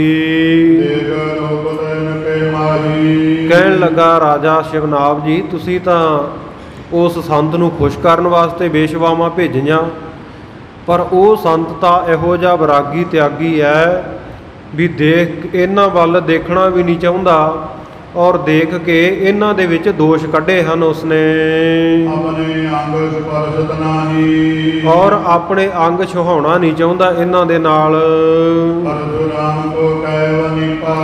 ਉਸ ਵੇਲੇ ਵਜ਼ੀਰ ਪਰਸ਼ੂਰਾਮ ਨੂੰ ਰਾਜੇ ਨੇ ਆਖਿਆ, ਆਪੇ ਬਵਰੋ ਜਾਏ ਸੁਮੀਪਾ। ਕਹਿੰਦਾ ਇੱਕ ਵਾਰੀ ਫੇਰ ਪਰਖਣ ਵਾਸਤੇ ਦੁਬਾਰਾ ਜਾਓ ਉਹਨਾਂ ਦੇ ਕੋਲ। ਸੁੰਦਰ ਭੂਪਨ ਅਪਸਮ ਸੁਹਾਈ। ਜੇ ਇਸਤਰੀਆਂ ਤੇ ਲੁਭਾਏਮਾਨ ਨਹੀਂ ਹੋਏ, ਨੱਚਣ ਗਾਉਣ ਵਾਲੀਆਂ ਤੇ, ਸੁੰਦਰ ਭੋਜਨ ਤੇ ਨਹੀਂ ਉਹਨਾਂ ਦਾ ਮਨ ਡੋਲਿਆ, ਤੇ ਕਹਿੰਦਾ ਹੁਣ ਸੁੰਦਰ ਗਹਿਣੇ ਤੇ ਸੁੰਦਰ ਵਸਤਰ ਸ਼ੋਭਾ ਵਾਲੇ ਲੈ ਕੇ ਜਾਓ। ਦੇਵੋ ਤਨ ਕੇ ਜੇ ਮਨ ਲਲਚਾਏ। ਉਹਨਾਂ ਨੂੰ ਜਾ ਕੇ ਦੇ ਦਿਓ, ਹੋ ਸਕਦਾ ਇਹਨਾਂ ਨੂੰ ਦੇਖ ਕੇ ਉਹਨਾਂ ਦਾ ਮਨ ਲਾਲਚ ਵਸ ਹੋ ਜਾਏ। ਲੈ ਮੰਤਰੀ ਭੂਪਨ ਪਟਰੂਰੇ। ਉਸ ਵੇਲੇ ਜਿਹੜਾ ਮੰਤਰੀ ਪਰਸ਼ੂਰਾਮ ਹੈ, ਇਹਨੇ ਬਹੁਤ ਸਾਰੇ ਗਹਿਣੇ ਤੇ ਰੇਸ਼ਮੀ ਜਿਹੜੇ ਵਸਤਰ ਸੁੰਦਰ ਨਾਲ ਲੈ ਲਏ। ਆਏ ਧਰੇ ਆਗੇ ਗੁਰ ਪੂਰੇ। ਪੂਰੇ ਸਤਿਗੁਰੂ ਨਾਨਕ ਦੇਵ ਮਹਾਰਾਜ ਸੱਚੇ ਪਾਤਸ਼ਾਹ ਜੀ ਦੇ ਅੱਗੇ ਲਿਆ ਧਰੇ। ਲਿਓ ਭੇਟ ਭੂਪ ਪਠਾਈ। ਕਹਿਣ ਲੱਗਾ ਮਹਾਰਾਜ ਸੰਤ ਜੀ ਆ ਭੇਟਾ ਲੈ ਲਓ, ਇਹ ਰਾਜੇ ਸ਼ਿਵਨਾਬ ਨੇ ਆਪ ਜੀ ਵਾਸਤੇ ਭੇਜੀ ਹੈ। ਦੇਵਤ ਸ੍ਰੀ ਗੁਰ ਗਿਰਾ ਅਲਾਈ। ਸੁੰਦਰ ਵਸਤਰਾਂ ਨੂੰ ਅਤੇ ਗਹਿਣਿਆਂ ਨੂੰ ਦੇਖ ਕੇ ਸਤਿਗੁਰੂ ਸਾਹਿਬ ਜੀ ਨੇ ਬਾਣੀ ਉਚਾਰੀ। ਕਾਇਆ ਕੱਪੜ ਕੂੜ ਹੈ। ਸਤਿਗੁਰੂ ਕਹਿਣ ਲੱਗੇ ਭਾਈ ਇਹ ਜਿਹੜੇ ਕੱਪੜੇ ਐ ਸਮੇਤ ਇਸ ਦੇਹੀ ਦੇ, ਇਹ ਸਾਰੇ ਕੂੜੇ ਝੂਠੇ ਹਨ। ਕੋ ਦੇਖ ਨਾ ਭੂਲ। ਇਹਨਾਂ ਨੂੰ ਦੇਖ ਕੇ ਵਾਹਿਗੁਰੂ ਪਰਮੇਸ਼ਰ ਨੂੰ ਭੁੱਲ ਨਹੀਂ ਜਾਣਾ ਚਾਹੀਦਾ। ਕੱਪੜ ਰੂਪ ਸੁਹਾਵਣਾ, ਛੱਡ ਦੁਨੀਆ ਅੰਦਰ ਜਾਵਣਾ, ਮੰਦਾ ਚੰਗਾ ਆਪਣਾ ਆਪੇ ਹੀ ਕੀਤਾ ਪਾਵਣਾ। ਇਹ ਜਿਹੜੇ ਸੋਹਣਾ ਸੁੰਦਰ ਸਰੂਪ, ਸੋਹਣੇ ਕੱਪੜੇ, ਸੋਹਣੇ ਸਰੀਰ ਨੂੰ ਦੇਖ ਕੇ ਵਾਹਿਗੁਰੂ ਪਰਮੇਸ਼ਰ ਨੂੰ ਜਿਹੜਾ ਸਤਿਗੁਰੂ ਸੱਚੇ ਪਾਤਸ਼ਾਹ ਕਹਿੰਦੇ ਕਦੇ ਵੀ ਦਿਲੋਂ ਭੁਲਾਉਣਾ ਨਹੀਂ ਚਾਹੀਦਾ। ਸੋਇਨਾ ਰੂਪਾ ਮਾਲ ਧਨ। ਸੋਇਨਾ ਇਸੇ ਤਰ੍ਹਾਂ ਰੂਪਾ ਚਾਂਦੀ ਤੇ ਹੋਰ ਪਦਾਰਥ ਧਨ ਆਦਿਕ। ਤੇਰੀ ਨਰਕ ਕੇ ਮੂਲ। ਜੇ ਇਹਨਾਂ ਨੂੰ ਦੇਖ ਕੇ ਵਾਹਿਗੁਰੂ ਦਾ ਨਾਮ ਭੁੱਲ ਗਿਆ ਤਾਂ ਇਹੀ ਨਰਕ ਦੀਆਂ ਜੜ੍ਹਾਂ ਬਣ ਜਾਂਦੇ ਆ, ਨਰਕ ਦੇ ਮੂਲ ਹਨ। ਕਾਬਈ ਕਾਇਆ ਆਦ ਕੱਪੜੇ ਕੂੜੇ। ਸਤਿਗੁਰੂ ਕਹਿਣ ਲੱਗੇ ਮੰਤਰੀ ਸਾਹਿਬ ਕਾਇਆ ਤੋਂ ਆਦਿਕ ਲੈ ਕੇ, ਸਰੀਰ ਤੋਂ ਲੈ ਕੇ, ਕਾਇਆ ਨਾਮ ਸਰੀਰ ਦਾ ਹੈ, ਹੋਰ ਜਿੰਨੇ ਕੱਪੜੇ ਆਦਿਕ ਹਨ ਇਹ ਸਾਰੇ ਕੂੜੇ ਹਨ, ਝੂਠੇ ਹਨ। ਇਹਨਾਂ ਨੂੰ ਬਿਲੋਕ ਕੇ, ਬਿਲੋਕ ਨਾਮ ਹੈ ਦੇਖਣ ਦਾ, ਇਹਨਾਂ ਨੂੰ ਦੇਖ ਕੇ ਜਿਹੜੇ ਮੂੜੇ ਮੂਰਖ ਲੋਕ ਆ ਉਹ ਭੁੱਲ ਜਾਂਦੇ ਹਨ ਵਾਹਿਗੁਰੂ ਨੂੰ। ਇਹ ਜਿਹੜੇ ਕੱਪੜੇ ਤੇ ਸੁੰਦਰ ਗਹਿਣੇ ਐ ਮੰਤਰੀ ਸਾਹਿਬ ਸਾਡੇ ਤਾਂ ਕਿਸੇ ਕੰਮ ਨਹੀਂ। ਇਹ ਆਪਣੇ ਰਾਜੇ ਨੂੰ ਜਾ ਕੇ ਦੇ ਦਿਓ ਵੀ ਤੂੰ ਹੀ ਪਹਿਨ ਲੈ। ਇਉਂ ਸਤਿਗੁਰੂ ਜੀ ਤੋਂ ਵਚਨ ਸੁਣ ਕੇ ਜਿਹੜਾ ਮੰਤਰੀ ਪਰਸ਼ੂਰਾਮ ਹੈ ਰਾਜੇ ਸ਼ਿਵਨਾਬ ਦੇ ਕੋਲ ਵਾਪਸ ਗਿਆ। ਇਸ ਪ੍ਰਕਾਰ ਮੁਖੋਂ ਵਚਨ ਆਖਿਆ। ਕਹਿਣ ਲੱਗਾ ਰਾਜਾ ਸਾਹਿਬ ਜਿਵੇਂ ਤੁਸੀਂ ਪਰਖਣਾ ਚਾਹੁੰਦੇ ਹੋ ਉਹ ਪਰਖ ਵਿੱਚ ਪੂਰੇ ਉਤਰੇ ਆ। ਉਹ ਜਿਹੜੇ ਸੰਤ ਹੈ ਬੜੇ ਉੱਤਮ ਹੈ ਔਰ ਬੜੇ ਸੀਲ ਸੁਭਾਅ ਵਾਲੇ ਤੇ ਬੜੇ ਸਖੀ ਦਾਤੇ ਉਦਾਰ ਸ੍ਰੇਸ਼ਟ ਹਨ। ਜੋ ਕੁਝ ਤੁਸੀਂ ਇੱਥੋਂ ਦੇ ਦੇ ਕੇ ਮੈਨੂੰ ਭੇਜਿਆ ਤੁਹਾਡਾ ਦਿੱਤਾ ਹੋਇਆ ਕੁਝ ਵੀ ਉਹਨਾਂ ਨੇ ਅੰਗੀਕਾਰ ਨਹੀਂ ਕੀਤਾ, ਲਿਆ ਨਹੀਂ ਹੈ। ਚਲੋ ਆਪ ਜੀ ਜਾ ਕੇ ਉਹਨਾਂ ਦੇ ਦਰਸ਼ਨ ਕਰ ਲਵੋ ਔਰ ਆਪ ਜਾ ਕੇ ਪਰਖ ਲਓ ਕਿ ਇਹੀ ਸਤਿਗੁਰੂ ਨਾਨਕ ਦੇਵ ਮਹਾਰਾਜ ਸੱਚੇ ਪਾਤਸ਼ਾਹ ਨੂੰ ਤੁਹਾਡਾ ਮਨ ਪਤੀਜ ਜਾਵੇਗਾ, ਤੁਹਾਡੇ ਮਨ ਨੂੰ ਤਸੱਲੀ ਹੋਵੇਗੀ। ਸਿਆਣੇ ਮੰਤਰੀ ਦੇ ਇਹ ਵਚਨ ਸੁਣ ਕੇ ਉਸ ਵੇਲੇ ਰਾਜੇ ਨੇ ਗੁਣਾਂ ਦੇ ਐਨ, ਗੁਣਾਂ ਦੇ ਘਰ ਸਤਿਗੁਰੂ ਨਾਨਕ ਦੇਵ ਮਹਾਰਾਜ ਜੀ ਦੇ ਕੋਲ ਰਾਜਾ ਜਾ ਪਹੁੰਚਿਆ। ਆਪਣੇ ਨਾਲ ਬਹੁਤ ਸਾਰੇ ਲੋਕ ਲੈ ਲਏ, ਇਹਨੇ ਭੀੜ ਇਕੱਠੀ ਹੋ ਗਈ। ਬੜੇ ਉਮੰਗ ਦੇ ਸਹਿਤ, ਉਤਸ਼ਾਹ ਦੇ ਸਹਿਤ ਸਤਿਗੁਰੂ ਸਾਹਿਬ ਜੀ ਨੂੰ ਮਿਲਣ ਵਾਸਤੇ ਬਾਗ ਦੇ ਵਿੱਚ ਜਾ ਪਹੁੰਚਿਆ ਰਾਜਾ ਸ਼ਿਵਨਾਬ ਤੇ ਸਤਿਗੁਰੂ ਸਾਹਿਬ ਜੀ ਦੇ ਸਮੀਪ ਨੇੜੇ ਜਾ ਪਹੁੰਚਿਆ। ਇਸ ਅਵਨੀਪਾ ਰਾਜੇ ਨੇ ਸਤਿਗੁਰੂ ਸਾਹਿਬ ਜੀ ਦੇ ਚਰਨਾਂ ਉੱਤੇ ਵੰਦਨਾ ਕੀਤੀ, ਨਮਸਕਾਰ ਕੀਤੀ। ਸਤਿਗੁਰੂ ਸਾਹਿਬ ਜੀ ਦੇ ਦਰਸ਼ਨ ਕਰਕੇ ਇਹਦੇ ਹਿਰਦੇ ਵਿੱਚ ਬਹੁਤ ਆਨੰਦ ਵਧਿਆ। ਜਿਵੇਂ ਸਾਧ ਸੰਗਤ ਜੀ ਸਾਗਰ ਪੂਰਨਮਾਸ਼ੀ ਦੇ ਚੰਦਰਮਾ ਨੂੰ ਦੇਖ ਕੇ ਉਛਾਲਾ ਮਾਰਦਾ। ਪੜ੍ਹੇ ਲਿਖੇ ਬੈਠੇ ਹੋ, ਆਪ ਜੀ ਨੂੰ ਪਤਾ ਹੈ ਵੀ ਜਦੋਂ ਪੂਰਨਮਾਸ਼ੀ ਦੀ ਰਾਤ ਹੁੰਦੀ ਹੈ ਉਸ ਰਾਤ ਸਮੁੰਦਰ ਦਾ ਪਾਣੀ ਬਹੁਤ ਚੜ੍ਹ ਜਾਂਦਾ। ਮੱਸਿਆ ਤੋਂ ਲੈ ਕੇ ਇਹ ਚੜ੍ਹਨਾ ਸ਼ੁਰੂ ਹੁੰਦਾ ਹੌਲੀ ਹੌਲੀ। ਜਿਹੜੀਆਂ 15 ਥਿੱਤਾਂ ਏਕਮ, ਦੂਜ, ਤੀਜ, ਚੌਥ, ਪੰਚਮੀ, ਛਠ, ਇਸੇ ਤਰ੍ਹਾਂ ਸਪਤਮੀ, ਅਸ਼ਟਮੀ, ਨੌਵੀਂ, ਦਸਵੀਂ, ਇਕਾਦਸ਼ੀ, ਦੁਆਦਸ਼ੀ, ਤਰੋਦਸ਼ੀ, 14 ਤੇ ਪੁੰਨਿਆਂ ਵਾਲੇ ਦਿਨ ਬਹੁਤ ਉੱਚੇ ਉਛਾਲੇ ਜਿਹੜੇ ਚੰਦਰਮਾ ਦੇ ਵੱਲ ਜਿਹੜਾ ਸਮੁੰਦਰ ਦਾ ਪਾਣੀ ਮਾਰਦਾ ਹੈ ਸਾਇੰਸ ਦੀ ਭਾਸ਼ਾ ਦੇ ਵਿੱਚ ਇਹਨਾਂ ਨੂੰ ਜਵਾਰ ਭਾਟੇ ਕਿਹਾ ਜਾਂਦਾ। ਜਵਾਰ ਭਾਟੇ ਆਉਂਦੇ ਆ ਸਮੁੰਦਰ ਦੇ ਵਿੱਚ। ਜਿਵੇਂ ਚੰਦਰਮਾ ਨੂੰ ਦੇਖ ਕੇ ਸਮੁੰਦਰ ਉਛਲਦਾ, ਉਹਦੇ ਵਿੱਚ ਜਵਾਰ ਭਾਟੇ ਆਉਂਦੇ ਹਨ। ਇਸੇ ਪ੍ਰਕਾਰ ਸਤਿਗੁਰੂ ਸਾਹਿਬ ਜੀ ਨਮੋ ਚੰਦਰ ਚੰਦਰੇ, ਚੰਦਰਮਾ ਦੇ ਵੀ ਜਿਹੜੇ ਚੰਦਰਮਾ ਹਨ ਉਹਨਾਂ ਦੇ ਦਰਸ਼ਨ ਕਰਕੇ ਰਾਜੇ ਦੇ ਮਨ ਵਿੱਚ ਪ੍ਰੇਮ ਦੇ ਉਛਾਲੇ ਆ ਰਹੇ ਹਨ। ਫਿਰ ਸਤਿਗੁਰੂ ਸਾਹਿਬ ਜੀ ਦੇ ਅੱਗੇ ਖੜਾ ਹੋਇਆ ਰਾਜਾ। ਉਸ ਵੇਲੇ ਸਤਿਗੁਰੂ ਸਾਹਿਬ ਜੀ ਨੇ ਬਾਣੀ ਉਚਾਰੀ। ਸਤਿਗੁਰੂ ਕਹਿਣ ਲੱਗੇ, ਹੇ ਸ਼ਿਵਨਾਭ ਰਾਜੇ ਸੁਣ ਲੈ ਗੱਲ। ਤੇਰੀ ਮੱਤ ਇਹ ਬੜੀ ਸ਼ੁਭ ਹੈ, ਤੂੰ ਚੰਗੀ ਪਵਿੱਤਰ ਬੁੱਧੀ ਵਾਲਾ ਹੈ, ਗੁਣਾਂ ਦਾ ਖਜ਼ਾਨਾ ਹੈ ਤੇਰੀ ਮੱਤ। ਨਾਨਕ ਪੜਦਾ ਦੂਰ ਕਰ। ਸਤਿਗੁਰੂ ਨਾਨਕ ਦੇਵ ਮਹਾਰਾਜ ਕਹਿੰਦੇ, ਪਰ ਰਾਜੇ ਜਿਹੜਾ ਤੇਰੇ ਮਨ ਦੇ ਵਿੱਚ ਭਰਮ ਦਾ ਪੜਦਾ ਪਿਆ ਹੋਇਆ ਨਾ, ਮੋਹ ਦਾ ਪੜਦਾ ਪਿਆ ਹੋਇਆ, ਇਹਨੂੰ ਦੂਰ ਕਰ ਲੈ। ਇਹਨੂੰ ਦੂਰ ਕਰਕੇ ਦਾਸਾਂ ਦਾ ਦਾਸ, ਸੇਵਕਾਂ ਦਾ ਵੀ ਸੇਵਕ ਬਣ ਜਾ। ਰਾਜੇ ਨੇ ਜਦੋਂ ਸਤਿਗੁਰੂ ਸਾਹਿਬ ਜੀ ਦੇ ਇਹ ਬਚਨ ਸੁਣੇ, ਨਿਸ਼ਚਾ ਹੋ ਗਿਆ, ਵਿਸ਼ਵਾਸ ਵੱਧ ਗਿਆ, ਹਿਰਦੇ ਵਿੱਚ ਇਹਨੇ ਸੁੱਖ ਮੰਨਿਆ। ਪਰ ਫਿਰ ਵੀ ਇਹਨੇ ਰਾਤ ਨੂੰ ਸਤਿਗੁਰੂ ਸਾਹਿਬ ਜੀ ਦਾ ਇੱਕ ਹੋਰ ਪਤਿਆਵਾ ਲੈਣਾ, ਇੱਕ ਵਾਰੀ ਹੋਰ ਪਰਖਣਾ ਚਾਹਿਆ। ਕਹਿੰਦਾ ਜੇ ਰਾਤ ਨੂੰ ਮੇਰੀ ਪ੍ਰੀਖਿਆ ਦੇ ਵਿੱਚ ਸਤਿਗੁਰੂ ਪੂਰੇ ਉਤਰਨਗੇ ਨਾ, ਫਿਰ ਮੈਂ ਇਹਨਾਂ ਦੀ ਸਿੱਖਿਆ ਲੈ ਕੇ ਇਹਨਾਂ ਦੇ ਪੰਥ ਦੇ ਉੱਤੇ, ਇਹਨਾਂ ਦੇ ਰਸਤੇ ਦੇ ਉੱਤੇ ਚੱਲ ਪਵਾਂਗਾ। ਇਉਂ ਮਨ ਦੇ ਵਿੱਚ ਠਾਣ ਕੇ ਪੱਕੀ ਕਰਕੇ ਗੱਲ ਇਹ ਆਪਣੇ ਘਰ ਚਲਿਆ ਗਿਆ।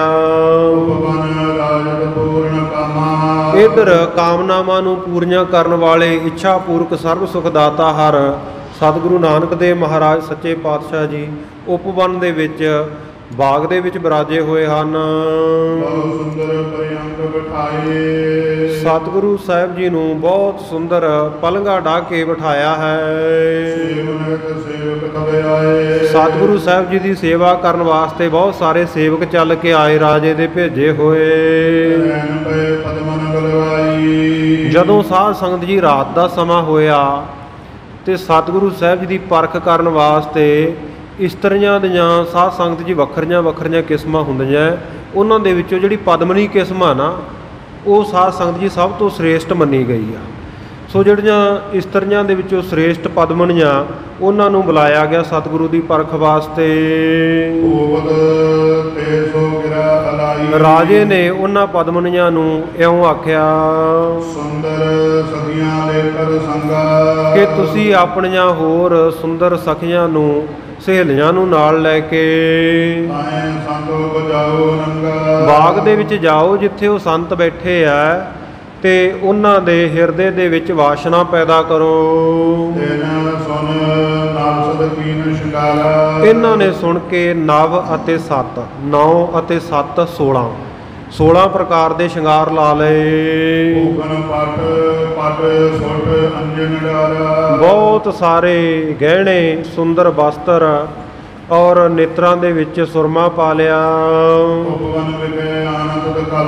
ਬਾਗ ਦੇ ਵਿੱਚ ਜਲਦੀ ਹੀ ਪਹੁੰਚ ਕੇ ਜਿਨ੍ਹਾਂ ਦਾ ਰੂਪ ਬੜਾ ਉਪਮਾ ਤੋਂ ਰਹਿਤ ਅਨੂਪਮ ਹੈ ਔਰ ਬੜੀ ਰੁਚੀ ਦੇ ਸਹਿਤ ਹਨ, ਜਿਹੜੀਆਂ ਜਿਨ੍ਹਾਂ ਦਾ ਗੋਰਾ ਰੰਗ ਸੋਨੇ ਵਰਗਾ ਤੇ ਹਾਥੀ ਵਰਗੀ ਮਸਤ ਚਾਲ ਹੈ, ਜਿਨ੍ਹਾਂ ਦੇ ਵਾਲ ਕਾਲੇ ਰੰਗ ਦੇ ਹਨ, ਮਾਨੋ ਕਿ ਕੰਦਰ ਪਛੋਨੀ ਕਾਮਦੇਵ ਦੀਆਂ ਪੁੱਤਰੀਆਂ ਹਨ। ਅਸਥਨ ਸਥਾਨ ਬੜੇ ਸਖਤ ਹਨ ਤੇ ਜਿਹੜੇ ਨੈਣ ਨੇਤਰ ਹਨ ਉਹ ਖੰਜਨ ਵਰਗੇ, ਮਮੋਲੇ ਵਰਗੇ ਚੰਚਲ ਹਨ। ਜਿਨ੍ਹਾਂ ਦੇ ਲੱਕ ਬੜੇ ਪਤਲੇ ਹਨ ਤੇ ਕੋਕਲਾ ਬੈਣੀ, ਜਿਹੜੀ ਇਹਨਾਂ ਦੀ ਬੋਲ ਬਾਣੀ ਹੈ ਉਹ ਬੜੀ ਮਿੱਠੀ ਹੈ, ਕੋਇਲ ਵਰਗੀ ਹੈ। ਹਾਂ, ਇਹਨਾਂ ਵਿੱਚੋਂ ਕੁਝ ਕੁ ਤਾਂ ਚਤੁਰਦਸ ਵਰਖ ਦੀਆਂ, 14 ਕੁ ਸਾਲਾਂ ਦੀਆਂ ਹਨ। ਕੋਈ ਸੁੰਦਰ ਰੂਪ ਵਾਲੀਆਂ ਸੋਹਣੀਆਂ ਜਿਹੜੀਆਂ ਸੋਹਣੇ ਅੰਗਾਂ ਵਾਲੀਆਂ ਇਸਤਰੀਆਂ ਉਹ 16 ਸਾਲਾਂ ਦੀਆਂ ਹਨ। ਜਦੋਂ ਚੱਲਦੀਆਂ ਇਹਨਾਂ ਦੇ ਪਾਏ ਹੋਏ ਗਹਿਣਿਆਂ ਦੀ ਛਣਕਾਰ ਪੈਂਦੀ ਹੈ। ਇਉਂ ਮਾਨੋ ਵੀ ਜਿਵੇਂ ਕਾਮਦੇਵ ਦਾ ਨਗਾਰਾ ਵੱਜ ਰਿਹਾ ਹੋਵੇ। ਜਿਨ੍ਹਾਂ ਦਾ ਸਾਧ ਸੰਗਤ ਜੀ ਚਿਤਵਣਾ, ਜਿਨ੍ਹਾਂ ਦਾ ਦੇਖਣਾ ਤੀਰਾਂ ਵਰਗਾ ਹੈ, ਜਿਵੇਂ ਤਿੱਖੇ ਤੀਰ ਚੱਲਦੇ ਹਨ। ਜਿਨ੍ਹਾਂ ਦੇ ਭਰਵੱਟੇ ਬਿਲਕੁਲ ਸਾਧ ਸੰਗਤ ਜੀ ਜਿਵੇਂ ਕਮਾਨ ਮੁੜੀ ਹੁੰਦੀ ਹੈ, ਇਸ ਤਰ੍ਹਾਂ ਦੇ ਹਨ। ਇਉਂ ਮਾਨੋ ਵੀ ਰਾਜੇ ਸ਼ਿਵਨਾਵ ਦਾ ਤਾਂ ਇੱਕ ਬਹਾਨਾ ਹੀ ਬਣਿਆ ਹੈ। ਸਗੋਂ ਆਪ ਕਾਮਦੇਵ ਸਤਿਗੁਰੂ ਜੀ ਦੀ ਪ੍ਰੀਖਿਆ ਕਰਨ ਵਾਸਤੇ ਪਹੁੰਚਿਆ ਹੈ। ਇਉਂ ਸਤਿਗੁਰੂ ਸੱਚੇ ਪਾਤਸ਼ਾਹ ਜੀ ਜਿੱਥੇ ਕਮਲ ਵਰਗੇ ਮੁਖੜੇ ਵਾਲੇ ਵਿਰਾਜੇ ਹੋਏ ਹਨ, ਇਹ ਸਾਧ ਸੰਗਤ ਜੀ ਉੱਥੇ ਸਤਿਗੁਰੂ ਜੀ ਦੇ ਕੋਲ ਜਾ ਬੈਠੀਆਂ, ਜਿਨ੍ਹਾਂ ਨੂੰ ਦੇਖ ਦੇਖ ਕੇ ਸਾਧ ਸੰਗਤ ਜੀ ਕਾਮਦੇਵ ਵੀ ਲੱਜਿਆ ਮੰਨਦਾ, ਸ਼ਰਮਸਾਰ ਹੁੰਦਾ ਹੈ। ਇਉਂ ਸਤਿਗੁਰੂ ਸੱਚੇ ਪਾਤਸ਼ਾਹ ਜੀ ਦੇ ਜਿਹੜੇ ਸੋਹਣੇ ਚਰਨ ਹੈ, ਉਹਨਾਂ ਦੇ ਉੱਤੇ ਆਪਣੇ ਕਮਲਾ ਵਰਗੇ ਕੋਮਲ ਕੋਮਲ ਹੱਥ ਇਹਨਾਂ ਇਸਤਰੀਆਂ ਨੇ ਲਾਏ। ਔਰ ਸਤਿਗੁਰੂ ਸੱਚੇ ਪਾਤਸ਼ਾਹ ਜੀ ਦੇ ਚਰਨਾਂ ਦੀ ਮੁੱਠੀ ਚਾਪੀ, ਚਰਨ ਘੁੱਟਣ ਲੱਗ ਪਈਆਂ ਹਿਰਦੇ ਵਿੱਚ ਆਨੰਦ ਧਾਰਨ ਕਰਕੇ। ਤੇ ਹੌਲੀ ਹੌਲੀ ਆਪਣੇ ਮੁਖਾਂ ਤੋਂ, ਆਪਣੇ ਮੂੰਹਾਂ ਤੋਂ ਮੁਸਕਰਾਉਂਦੀਆਂ ਨੇ ਸਤਿਗੁਰੂ ਨੂੰ ਦੇਖ ਕੇ। ਹਿਰਦੇ ਵਿੱਚ ਚਾਹੁੰਦੀਆਂ ਰਾਜੇ ਦੇ ਕਹੇ ਅਨੁਸਾਰ ਕਿ ਸਤਿਗੁਰੂ ਦੇ ਮਨ ਵਿੱਚ ਮੰਦ ਵਾਸ਼ਨਾ ਵਧਾ ਦਈਏ। ਬੜੇ ਕਟਾਖ ਜੇ ਦੇ ਨਾਲ, ਟੇਢੀ ਟੇਢੀ ਤੱਕਣੀ ਨਾਲ ਸਤਿਗੁਰੂ ਵੱਲ ਦੇਖਦੀਆਂ ਹਨ। ਮੂੰਹ ਤੋਂ ਬੜੇ ਮਿੱਠੇ ਬੋਲ ਬੋਲਦੀਆਂ ਹਨ। ਜਦੋਂ ਇਹ ਬੋਲਦੀਆਂ ਇਉਂ ਸਮਝ ਲਓ ਵੀ ਜਿਵੇਂ ਕਾਮਦੇਵ ਦੀ ਬੀਨ ਵੱਜਦੀ ਹੈ। ਔਰ ਐਸੇ ਇਹਨਾਂ ਦੇ ਮਿੱਠੇ ਬੋਲ ਹੈ ਜਿਹੜੇ ਵੱਡੇ ਵੱਡੇ ਦੇਵਤਿਆਂ ਨੂੰ, ਰਿਖੀਆਂ ਮੁਨੀਆਂ ਨੂੰ ਆਪਣੇ ਅਧੀਨ ਕਰਨ ਵਾਲੇ ਹਨ। ਤੇ ਕਹਿਣ ਲੱਗੀਆਂ, ਹੇ ਸੰਤ ਜੀ, ਆਪ ਜੀ ਸਾਡੇ ਬਚਨ ਸੁਣੋ। ਅਸੀਂ ਆਪ ਜੀ ਦੇ ਸੋਹਣੇ ਦਰਸ਼ਨ ਕਰਨ ਵਾਸਤੇ ਆਈਆਂ ਹਾਂ।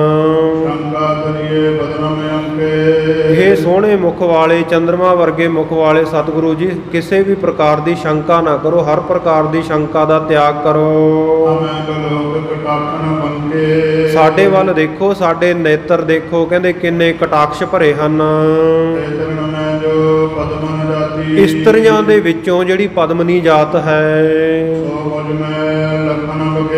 ਜਿਹੜੀ ਇਹਨਾਂ ਵਿੱਚੋਂ ਮੁੱਖ ਪਟਰਾਣੀ ਹੈ ਨਾ, ਉਹ ਕਹਿਣ ਲੱਗੀ ਉਹ ਸਾਰੇ ਲੱਛਣ ਬਖਿਆਤੀ ਪ੍ਰਗਟ ਹੀ ਮੇਰੇ ਵਿੱਚ ਹਨ। ਮੇਰਾ ਜਿਹੜਾ, ਮੇਰੀ ਛਾਤੀ ਜਿਹੜੀ ਬੜੀ ਕਠੋਰ ਹੈ। ਆਪ ਜੀ ਆਪਣੇ ਕਮਲਾ ਵਰਗੇ ਹੱਥਾਂ ਨਾਲ ਸਪਰਸ਼ ਕਰੋ। ਮੇਰੇ ਜਿਹੜੇ ਹੋਂਠ ਹਨ ਅੰਮ੍ਰਿਤ ਵਾਂਗੂ ਰਸੀਲੇ ਹਨ। ਆਪ ਜੀ ਮੇਰੇ ਮਾਲਕ ਬਣ ਕੇ ਰਸ ਭੋਗੋ। ਔਰ ਮੇਰਾ ਜਿਹੜਾ ਸੁੰਦਰ ਸਰੂਪ ਹੈ, ਉਪਮਾ ਤੋਂ ਰਹਿਤ ਅਮੋਲਕ ਹੈ। ਆਪ ਜੀ ਮਨ ਭਾਉਂਦਿਆਂ ਕਲੋਲਾਂ ਕਰੋ, ਚੇਸ਼ਟਾਵਾਂ ਕਰੋ। ਮੇਰੀ ਦੇਹੀ ਉਸ ਵੇਲੇ ਸਫਲੀ ਹੋਵੇਗੀ ਜਦੋਂ ਤੁਸੀਂ ਪਿਆਰ ਦੇ ਨਾਲ ਮੈਨੂੰ ਧਾਰਨ ਕਰੋਗੇ। ਉਸ ਵੇਲੇ ਕਿਰਪਾ ਦੇ ਸਾਗਰ ਸਤਿਗੁਰੂ ਜੀ ਨੇ ਬਹੁਤ ਹੀ ਕਿਰਪਾ ਦੇ ਘਰ ਵਿੱਚ ਆ ਕੇ, हे ਸਤਿਗੁਰੂ ਸੱਚੇ ਪਾਤਸ਼ਾਹ ਜੀ, ਆਪ ਜੀ ਕਿਰਪਾ ਕਰਨ ਵਾਲੇ ਹੋ, ਮੇਰੀ ਸ਼ਰਧਾ ਪੂਰੀ ਕਰਕੇ ਮੈਨੂੰ ਨਿਹਾਲ ਕਰੋ। ਇਉਂ ਜਦੋਂ ਬੜੀ ਅਧੀਨਗੀ ਦੇ ਨਾਲ, ਨਿਮਰਤਾ ਦੇ ਨਾਲ ਸਤਿਗੁਰੂ ਨੂੰ ਇਹ ਬਚਨ ਆਖੇ। ਗੁਣਾਂ ਦੇ ਵਿੱਚ ਪ੍ਰਵੀਨ ਸੁਘੜ ਸਿਆਣੇ ਸਤਿਗੁਰੂ ਸੱਚੇ ਪਾਤਸ਼ਾਹ ਬੋਲੇ। ਸਤਿਗੁਰੂ ਪਾਤਸ਼ਾਹ ਕਹਿਣ ਲੱਗੇ, हे ਪੁੱਤਰੀਓ, ਤੁਸੀਂ ਕਿਉਂ ਐਵੇਂ ਮਾੜੇ ਕਰਮਾਂ ਵਿੱਚ ਪ੍ਰਵਿਰਤ ਹੋਈਆਂ? ਸਤਿਨਾਮ ਵਾਹਿਗੁਰੂ ਦਾ ਜਾਪ ਕਰੋ। ਦੇਖੋ ਸਤਿਗੁਰੂ ਸੱਚੇ ਪਾਤਸ਼ਾਹ ਜੀ ਦਾ ਜੀਵਨ ਧੰਨ ਗੁਰੂ ਨਾਨਕ ਦੇਵ ਮਹਾਰਾਜ ਸੱਚੇ ਪਾਤਸ਼ਾਹ। ਗੁਰੂ ਅੱਜ ਦੇ ਸਮੇਂ ਦੇ ਵਿੱਚ ਵੀ ਲੋਕ ਕਹਾਉਂਦੇ ਆ ਝੂਠੇ ਸੌਦੇ ਵਾਲੇ ਗੁਰਮੀਤ ਰਾਮ ਰਹੀਮ ਵਰਗੇ, ਪਰ ਸਾਧ ਸੰਗਤ ਜੀ ਇੱਥੇ ਤਾਂ ਇਸਤਰੀਆਂ ਸਤਿਗੁਰੂ ਜੀ ਕੋਲ ਆਪ ਚੱਲ ਕੇ ਆਈਆਂ ਤੇ ਉਹਨਾਂ ਦੇ ਉੱਤੇ ਕਿਹੋ ਜਿਹੇ ਭੈੜੇ ਕੇਸ ਆ ਕੁਕਰਮਾਂ ਦੇ, ਜੇਲ੍ਹਾਂ ਵਿੱਚ ਬੈਠੇ ਕਹਾਉਂਦੇ ਗੁਰੂ ਆ। ਤੇ ਫਿਰ ਦੱਸੋ ਆਪਾਂ ਨੂੰ ਕਿਹੜੇ ਗੁਰੂ ਦੇ ਨਾਲ ਜੁੜਨਾ ਚਾਹੀਦਾ? ਸਤਿਗੁਰੂ ਨਾਨਕ ਦੇਵ ਮਹਾਰਾਜ ਸੱਚੇ ਪਾਤਸ਼ਾਹ ਜੀ ਤੋਂ ਬਿਨਾਂ ਕੋਈ ਨਿਹ ਕਲੰਕ ਗੁਰੂ ਹੋ ਸਕਦਾ ਭਾਈ?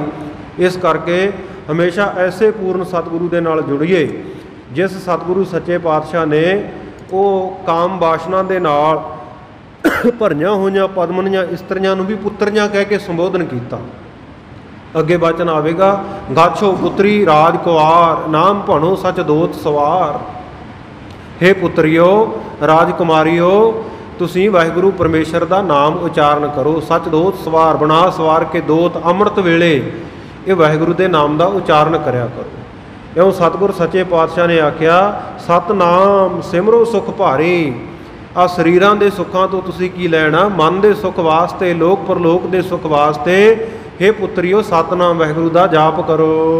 ਸਬਰ ਜਨਮ ਕਰ ਲਿਓ ਏ ਬਾਰੀ। ਔਰ ਇਹ ਜਿਹੜੀ ਗੋਬਿੰਦ ਮਿਲਣ ਕੀ ਇਹ ਤੇਰੀ ਬਰੀਆ, ਇਹ ਬਾਰੀ ਆ ਨਾ, ਇਹਦੇ ਵਿੱਚ ਮਨੁੱਖਾ ਜਨਮ ਦੇ ਵਿੱਚ ਆਪਣੇ ਜਨਮ ਨੂੰ ਸਫਲਾ ਕਰ ਜਾਓ। ਵਿਜੈ ਬਾਦ ਸਾਧ ਮੈਂ ਬੈਠਣਾ ਕੋ। ਔਰ ਵਿਸ਼ੇ ਵਿਕਾਰਾਂ ਦੇ ਸਵਾਦਾਂ ਦੇ ਵਿੱਚ ਇਹ ਉਮਰ ਨਾ ਗਵਾ ਦਿਓ। ਹਰ ਕੋ ਭਜੋ ਮੁਕਤ ਸਭ ਹੋਵੋ। ਵਾਹਿਗੁਰੂ ਪਰਮੇਸ਼ਰ ਦਾ ਭਜਨ ਕਰੋ, ਸਾਰੀਆਂ ਮੁਕਤ ਹੋ ਜਾਓਗੀਆਂ। ਉਸ ਵੇਲੇ ਕਹਿਣ ਲੱਗੀਆਂ, ਹੇ ਸੰਤ ਜੀ, ਆਪ ਜੀ ਸਾਡੇ ਨਾਲ ਭੋਗ ਵਿਲਾਸ ਕਰੋ। ਉਹਨਾਂ ਦੇ ਵਿੱਚੋਂ ਜਿਹੜੀ ਅੰਗਨਾ ਮੁਖੀ ਪਟਰਾਣੀ ਸੀ ਕਹਿਣ ਲੱਗੇ, ਮਹਾਰਾਜ ਸੱਚੇ ਪਾਤਸ਼ਾਹ ਤੁਸੀਂ ਕਾਮਨਾਵਾਂ ਪੂਰੀਆਂ ਕਰਨ ਦੇ ਯੋਗ ਹੋ, ਸਾਡੀ ਇੱਛਾ ਪੂਰੀ ਕਰੋ। ਇਹਨਾਂ ਦੇ ਵਚਨ ਸੁਣ ਕੇ ਸਤਿਗੁਰੂ ਨਾਨਕ ਦੇਵ ਮਹਾਰਾਜ ਕਹਿਣ ਲੱਗੇ ਪੁੱਤਰੀਓ, ਤੁਹਾਡੇ ਹਿਰਦੇ ਦੇ ਵਿੱਚ ਸੁੱਖ ਅਤੇ ਚੈਨ ਸ਼ਾਂਤੀ ਆਵੇਗੀ। ਅਸੀਂ ਤੁਹਾਨੂੰ ਸ਼ਬਦ ਬੋਲ ਕੇ ਦੱਸਦੇ ਹਾਂ, ਇਹ ਸ਼ਬਦ ਦੀ ਕਮਾਈ ਕਰੋ, ਇਹ ਸ਼ਬਦ ਨੂੰ ਪੜ੍ਹੋ, ਵਿਚਾਰੋ, ਜੀਵਨ ਦੇ ਵਿੱਚ ਧਾਰਨ ਕਰੋ। ਸਤਿਗੁਰੂ ਜੀ ਨੇ ਮੁਖੋਂ ਵਚਨ ਉਚਾਰੇ।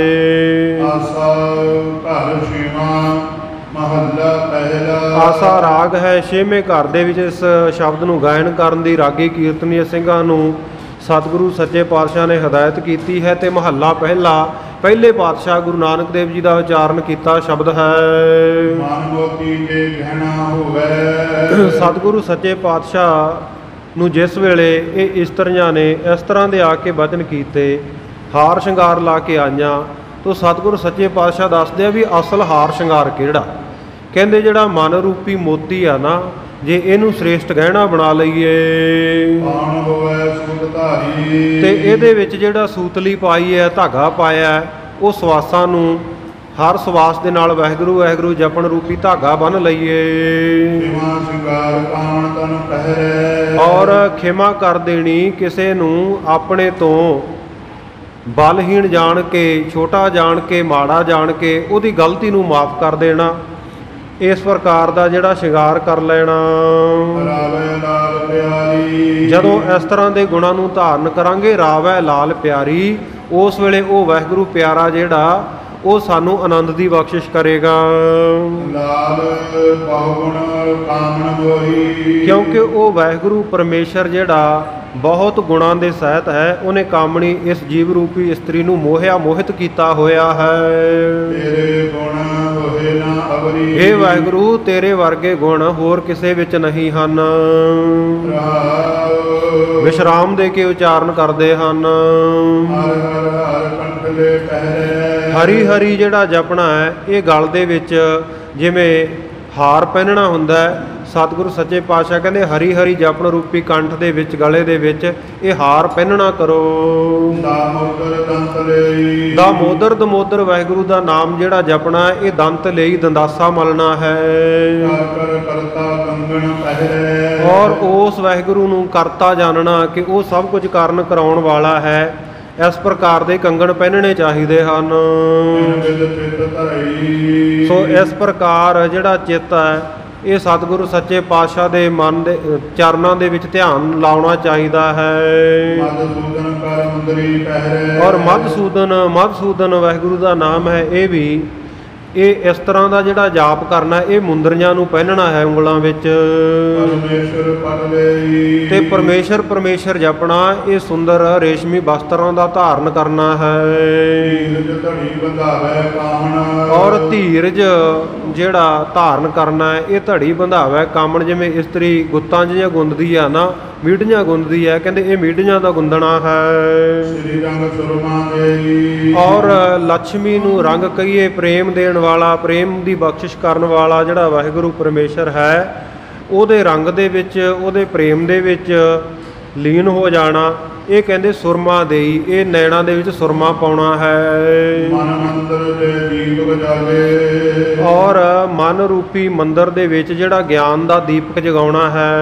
ਕਾਇਆ ਸੇਜ ਕਰੇ। ਔਰ ਕਾਇਆ ਜਿਹੜੀ ਇਹ ਸਰੀਰ ਹੈ ਜਾਂ ਕਾਇਆ ਜਿਹੜਾ ਸਾਧ ਸੰਗਤ ਦੀ ਸੂਖਸ਼ਮ ਸਰੀਰ ਹੈ, ਅੰਦਰ ਮਨ ਹੈ, ਮਨ ਰੂਪੀ ਸੇਜਾ ਹੈ। ਗਿਆਨ ਰਾਉ ਜਬ ਸੇਜੈ ਆਵੈ। ਜਦੋਂ ਗਿਆਨ ਰਾਉ, ਗਿਆਨ ਦਾ ਪ੍ਰਕਾਸ਼ਕ ਵਾਹਿਗੁਰੂ ਪਰਮੇਸ਼ਰ ਇਹ ਸਾਡੇ ਅੰਤਸ਼ਕਰਨ ਰੂਪੀ ਸੇਜਾ ਦੇ ਉੱਤੇ ਆਉਂਦਾ ਹੈ। ਨਾਨਕ ਭੋਗ ਕਰੇ। ਤੇ ਸਤਿਗੁਰੂ ਨਾਨਕ ਦੇਵ ਮਹਾਰਾਜ ਸੱਚੇ ਪਾਤਸ਼ਾਹ ਕਹਿੰਦੇ ਆ ਦੁਨਿਆਵੀ ਭੋਗਾਂ ਰਸਾਂ ਕਸਾਂ ਨੂੰ, ਵਿਕਾਰਾਂ ਨੂੰ ਛੱਡੋ, ਮੰਦ ਵਾਸ਼ਨਾਵਾਂ ਨੂੰ, ਉਸ ਵੇਲੇ ਵਾਹਿਗੁਰੂ ਦੇ ਨਾਮ ਨੂੰ ਭੋਗਣਾ ਕਰੋ। ਸਰਬ ਸ਼ਬਦ ਸਮਝਾਏ। ਇਹ ਸਾਰਾ ਸ਼ਬਦ ਉਚਾਰਨ ਕਰਕੇ ਤੇ ਸਮਝਾ ਕੇ ਸ੍ਰੀ ਨਾਨਕ ਜਗਤੰਤ। ਸਤਿਗੁਰੂ ਨਾਨਕ ਦੇਵ ਮਹਾਰਾਜ ਸ਼ੋਭਾ ਵਾਲੇ ਜਗਤ ਦੇ ਜਿਹੜੇ ਕੰਤ ਮਾਲਕ ਹਨ। ਅਸ਼ਟਪਦੀ ਪੁਨ ਅਰਥ ਸੋ।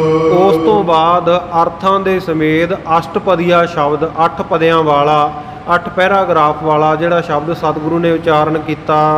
ਸ੍ਰੀ ਰਾਗ ਬਸੰਤ। ਬਸੰਤ ਰਾਗ ਦੇ ਵਿੱਚ ਇਹ ਬਾਣੀ ਉਚਾਰੀ। ਬਸੰਤ ਮਹੱਲਾ ਪਹਿਲਾ। ਬਸੰਤ ਰਾਗ ਹੈ, ਮਹੱਲਾ ਪਹਿਲਾ, ਗੁਰੂ ਨਾਨਕ ਦੇਵ ਜੀ ਦਾ ਸ਼ਬਦ ਹੈ। ਜਗ ਕਉਆ ਨਾਮ ਨਹੀਂ ਕੀਤ। ਸਤਿਗੁਰੂ ਨੇ ਆਖਿਆ ਸੀ ਨਾ, ਗਾਛੋ ਪੁੱਤਰੀ ਰਾਜ ਕੁਆਰ, ਨਾਮ ਭਣੋ ਸਚ ਦੋਸ ਸਵਾਰ। ਹੈ ਪੁੱਤਰਿਓ, ਵਾਹਿਗੁਰੂ ਪਰਮੇਸ਼ਰ ਦਾ ਨਾਮ ਲਿਆ ਕਰੋ ਅੰਮ੍ਰਿਤ ਵੇਲੇ, ਇਹੀ ਤੁਹਾਡਾ ਸਹਾਈ ਹੋਣਾ। ਕਹਿਣ ਲੱਗੀਆਂ ਮਹਾਰਾਜ ਸਾਰਾ ਸੰਸਾਰ ਕਿਹੜਾ ਨਾਮ ਹੀ ਜਪਦਾ, ਉਹ ਲੋਕ ਵੀ ਤਾਂ ਗੱਲਾਂ ਬਾਤਾਂ ਕਰਦੇ ਹੀ ਆ ਜਿਵੇਂ ਅਸੀਂ ਬੋਲਦੇ ਆ ਕੇ, ਉਹ ਵੀ ਤਾਂ ਸੁਖੀ ਰਹਿੰਦੇ ਆ। ਸਤਿਗੁਰੂ ਕਹਿੰਦੇ ਨਹੀਂ ਭਾਈ, ਜਗ ਕਊਆ ਨਾਮ ਨਹੀਂ ਚੀਤ। ਜਗਤ ਦੇ ਜਿਹੜੇ ਲੋਕ ਆ ਉਹ ਤਾਂ ਕਹਿੰਦੇ ਕਊਏ ਵਾਂਗੂ ਐਵੇਂ ਕੁਰਲਾਟ ਹੀ ਪਾਉਂਦੇ ਆ, ਕਾਂ ਦੇ ਵਾਂਗੂ, ਨਾਮ ਨਹੀਂ ਚੇਤੇ ਹੈ ਉਹਨਾਂ ਨੂੰ ਵਾਹਿਗੁਰੂ ਦਾ। ਨਾਨਕ ਸਾਰ ਕਰੇ ਦੇਖ ਭੀਤ। ਔਰ ਵਾਹਿਗੁਰੂ ਪਰਮੇਸ਼ਰ ਦੇ ਨਾਮ ਨੂੰ ਵਿਸਾਰ ਕੇ ਵਿਸ਼ਾ ਵਿਕਾਰਾਂ ਰੂਪੀ ਜਿਹੜਾ ਭੀਤ ਚੋਗਾ ਹੈ ਉਹਦੇ ਉੱਤੇ ਜਾ ਡਿੱਗਦੇ ਹਨ। ਮਨਵਾ ਡੋਲੇ ਚੀਤਾ ਨੀਤ। ਨਿੱਤਾ ਪ੍ਰਤੀ ਜਿਹੜਾ ਮਨ ਹਮੇਸ਼ਾ ਡੋਲਦਾ ਡਿੱਗਦਾ ਢਹਿੰਦਾ ਰਹਿੰਦਾ ਹੈ। ਚਿੱਤ ਜਿਹੜਾ ਉਹ ਅਨੀਤੀ ਕਰਦਾ, ਭੈੜੀ ਰੀਤੀ ਕਰਦਾ ਹੈ। ਝੂਠ ਬਰੀਤ। ਪਰ ਇਹ ਜਗਤ ਦੀ ਜਿਹੜੀ ਪ੍ਰੀਤੀ ਹੈ ਇਹ ਤਾਂ ਟੁੱਟ ਜਾਣ ਵਾਲੀ ਹੈ, ਝੂਠੀ ਹੈ। ਕਾਮ ਕ੍ਰੋਧ ਬਿਗ ਬੱਜਰ ਭਾਰ। ਇਹ ਸੰਸਾਰ ਦੇ ਵਿੱਚ ਕਾਮ, ਕ੍ਰੋਧ, ਲੋਭ, ਮੋਹ, ਹੰਕਾਰ ਆਦਿਕ ਇਹ ਬੜੇ ਭਾਰੇ ਬੱਜਰ ਹਨ, ਬੜਾ ਬੋਝ ਹੈ ਇਹਨਾਂ ਦਾ ਮਨੁੱਖ ਦੇ ਮਨ ਦੇ ਉੱਤੇ। ਨਾਮ ਬਿਨਾ ਕੈਸੇ ਗੁਣ ਚਾਰ। ਵਾਹਿਗੁਰੂ ਦੇ ਨਾਮ ਤੋਂ ਬਿਨਾ ਕੈਸੇ ਗੁਣ ਚਾਰ, ਕਿਵੇਂ ਸ਼ੁਭ ਗੁਣ ਪ੍ਰਾਪਤ ਕਰਾਂਗੇ। ਪਰ ਬਾਲੂ ਕਾ ਮਨ ਘੇਰ। ਇਹ ਜਿਹੜਾ ਮਨੁੱਖਾ ਸਰੀਰ ਹੈ ਇਹਨੂੰ ਤਾਂ ਇਉਂ ਸਮਝ ਲਓ ਜਿਵੇਂ ਇਹ ਰੇਤ ਦਾ ਘਰ ਹੈ ਤੇ ਘੁੰਮਣ ਘੇਰੀ ਦੇ ਵਿੱਚ ਫਸਿਆ ਹੋਇਆ ਹੈ। ਹੁਣ ਰੇਤ ਦਾ ਘਰ ਸਾਧ ਸੰਗਤ ਜੀ ਘੁੰਮਣ ਘੇਰੀ ਵਿੱਚ ਕਿੰਨੀ ਕੁ ਦੇਰ ਠਹਿਰ ਸਕਦਾ। ਇਉਂ ਹੀ ਸਰੀਰ ਹੈ, ਇਹ ਬਹੁਤੀ ਦੇਰ ਨਹੀਂ ਠਹਿਰਨ ਵਾਲਾ, ਬਿਨਸਣ ਵਾਲਾ। ਇਸੇ ਤਰ੍ਹਾਂ ਬਰਖਸ ਬਾਣੀ ਬੁਲਬੁਦਾ ਹੇਰ, ਜਦੋਂ ਵਰਖਾ ਹੁੰਦੀ ਹੋਵੇ ਪਾਣੀ ਡਿੱਗਦਾ ਹੈ ਤੇ ਉਹਦੇ ਵਿੱਚੋਂ ਬੁਲਬੁਲੇ ਪੈਦਾ ਹੁੰਦੇ ਆ। ਇਉਂ ਸਰੀਰ ਨੂੰ ਦੇਖੋ। ਮਾਤਰ ਬੂੰਦ ਤੇ ਧਰ ਚੱਕ ਫੇਰ। ਇੱਕ ਬੂੰਦ ਤੋਂ ਹੀ ਸਾਧ ਸੰਗਤ ਜੀ ਜਿਵੇਂ ਉਹ ਥੋੜ੍ਹੀ ਜਿਹੀ ਮਿੱਟੀ ਲੈ ਕੇ ਘੁਮਿਆਰ ਚੱਕ ਨੂੰ ਘੁਮਾ ਕੇ ਤੇ ਉਹਦਾ ਬਰਤਨ ਬਣਾ ਦਿੰਦਾ ਨਾ, ਆਕਾਰ ਬਣਾ ਦਿੰਦਾ। ਇਸੇ ਤਰ੍ਹਾਂ ਮਾਂ ਕੀ ਰਕਤ ਪਿਤਾ ਵਿਦ ਧਾਰਾ, ਮੂਰਤ ਸੂਰਤ ਕਰ ਅਪਾਰਾ। ਵਾਹਿਗੁਰੂ ਪਰਮੇਸ਼ਰ ਨੇ ਇੱਕ ਬੂੰਦ ਤੋਂ ਇਹ ਸਰੀਰ ਦੀ ਰਚਨਾ ਕੀਤੀ ਹੈ। ਪਰ ਸਾਰੇ ਪ੍ਰਕਾਰ ਦੀ ਜਿਹੜੀ ਵਾਹਿਗੁਰੂ ਪਰਮੇਸ਼ਰ ਦੀ ਜੋਤ ਹੈ ਜਿੱਥੇ ਜਿੱਥੇ ਕੋਈ ਜੀਵ ਹੈ ਸਾਰਿਆਂ ਵਿੱਚ ਉਹ ਵਾਹਿਗੁਰੂ ਦੀ ਜੋਤ ਹੈ। ਤੇ ਨਾਮੈ ਕੀ ਚੇਰ, ਨਾਮ ਦੇ ਹੀ ਚੇਲੇ ਨਾਮ ਦੀਆਂ ਦਾਸੀਆਂ ਹਨ। ਸਰਬ ਉਪਾਏ ਗੁਰੂ ਸਿਰ ਮੌਰ, ਸਰਬ ਉਪਾਏ ਸਾਰਿਆਂ ਨੂੰ ਜਿਸ ਵਾਹਿਗੁਰੂ ਪਰਮੇਸ਼ਰ ਨੇ ਪੈਦਾ ਕੀਤਾ ਉਹ ਗੁਰੂ ਹੀ ਸ਼੍ਰੋਮਣੀ ਸਿਰਮੌਰ ਹੈ।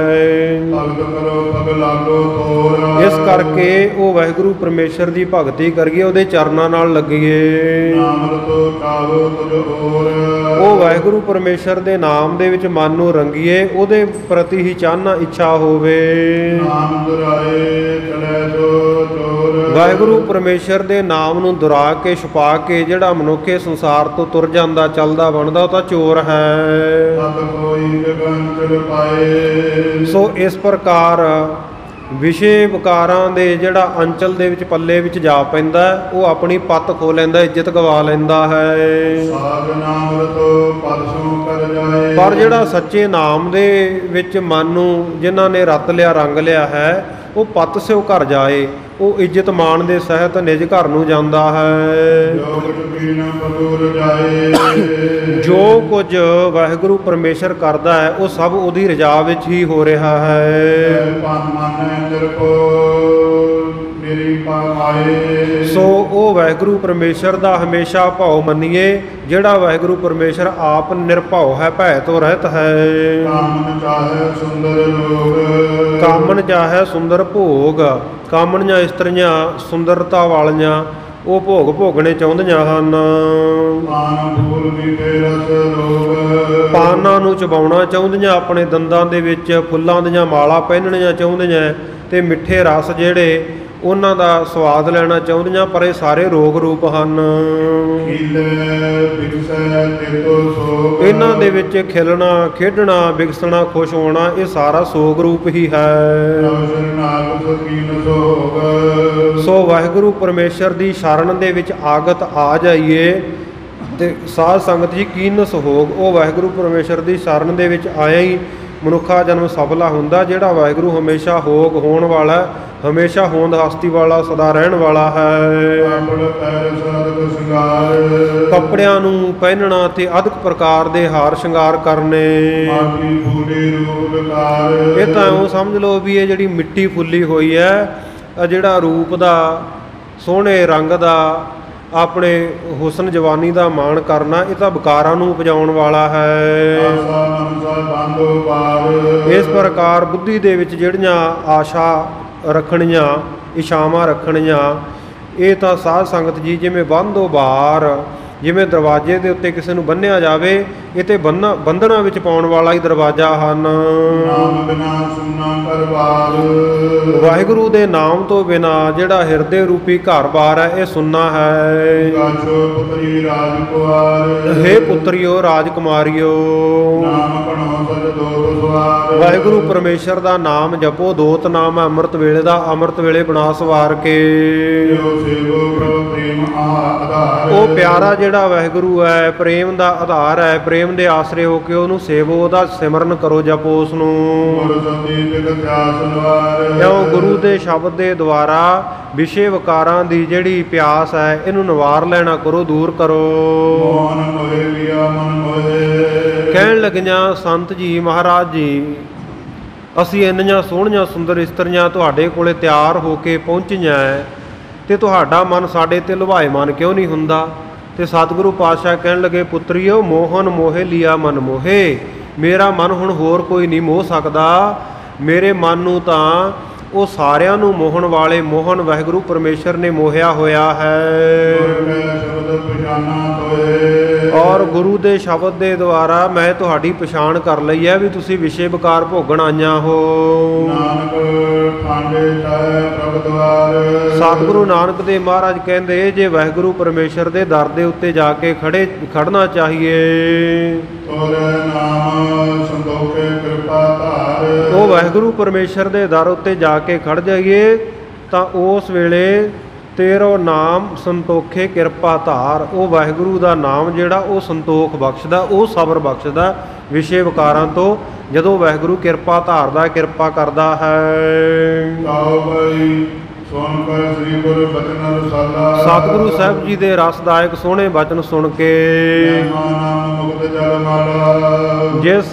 ਜਿਨ੍ਹਾਂ ਬਚਨਾਂ ਦੇ ਵਿੱਚ ਵਾਹਿਗੁਰੂ ਪਰਮੇਸ਼ਰ ਦੇ ਨਾਮ ਦੀ ਮਹਿਮਾ ਹੈ ਤੇ ਮੁਕਤੀ ਦੇ ਰਸਤੇ ਸਿਮਰਨ ਦੀ ਲਿਵ ਲੱਗ ਗਈ। ਇਹਨਾਂ ਨਾਮ ਨੂੰ ਸੁਣ ਕੇ ਮੋਤੀਆਂ ਦੀ ਮਾਲਾ ਵਰਗੇ ਜਿਹੜੇ ਸਤਿਗੁਰੂ ਦੇ ਸ਼ਬਦ ਹਨ।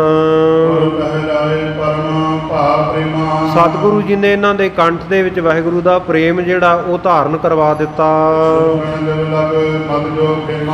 ਔਰ ਸਿਮਰਨ ਦੇ ਰਸਤੇ ਦੇ ਉੱਤੇ ਲੱਗ ਕੇ ਸਾਧ ਸੰਗਤ ਜੀ ਇਹਨਾਂ ਨੂੰ ਸਤਿਗੁਰੂ ਜੀ ਨੇ ਮੁਕਤੀ ਬਖਸ਼ੀ। ਜਿਵੇਂ ਸਾਧ ਸੰਗਤ ਜੀ ਕੋਈ ਕੰਗਾਲ ਬੰਦਾ ਹੋਵੇ, ਕੌਡੀ ਕੌਡੀ ਮੰਗਣ ਵਾਲਾ ਹੋਵੇ ਤੇ ਉਹਨੂੰ ਹੀਰਾ ਪ੍ਰਾਪਤ ਹੋ ਜਾਏ, ਅਚਾਨਕ ਹੀ ਉਹਨੂੰ ਹੀਰਾ ਮਿਲ ਜਾਏ ਕੀਮਤੀ। ਇਉਂ ਸਾਧ ਸੰਗਤ ਜੀ ਇਹਨਾਂ ਇਸਤਰੀਆਂ ਨੂੰ ਵਾਹਿਗੁਰੂ ਪਰਮੇਸ਼ਰ ਦੇ ਸਰੂਪ ਸਤਿਗੁਰੂ ਨਾਨਕ ਦੇਵ ਜੀ ਦੇ ਕੋਲੋਂ ਵਾਹਿਗੁਰੂ ਪਰਮੇਸ਼ਰ ਦਾ ਹੀਰੇ ਵਰਗਾ ਨਾਮ ਜਾਂ ਹੀਰੇ ਵਰਗੇ ਸਤਿਗੁਰੂ ਨਾਨਕ ਦੇਵ ਮਹਾਰਾਜ ਜੀ ਦੇ ਦੀਦਾਰ ਹੋ ਗਏ। ਸਤਿਗੁਰੂ ਸੱਚੇ ਪਾਤਸ਼ਾਹ ਨੇ ਕਿਰਪਾ ਕਰਕੇ ਇਹਨਾਂ ਦੀ ਵਿਸ਼ੇ ਵਾਸ਼ਨਾ ਦੀ ਅਗਨ ਬੁਝਾ ਦਿੱਤੀ। ਸਾਰੀ ਰਾਤ ਇਹਨਾਂ ਨੇ ਸਤਿਗੁਰੂ ਜੀ ਦੇ ਚਰਨਾਂ ਦੀ ਸੇਵਾ ਕੀਤੀ। ਸਤਿਗੁਰੂ ਜੀ ਦੀ ਮਿਹਰ ਦੀ ਨਿਗਾਹ ਦੇ ਨਾਲ ਇਹ ਕਾਮਣੀਆਂ ਇਸਤਰੀਆਂ ਦਾ ਉਧਾਰ ਹੋਇਆ।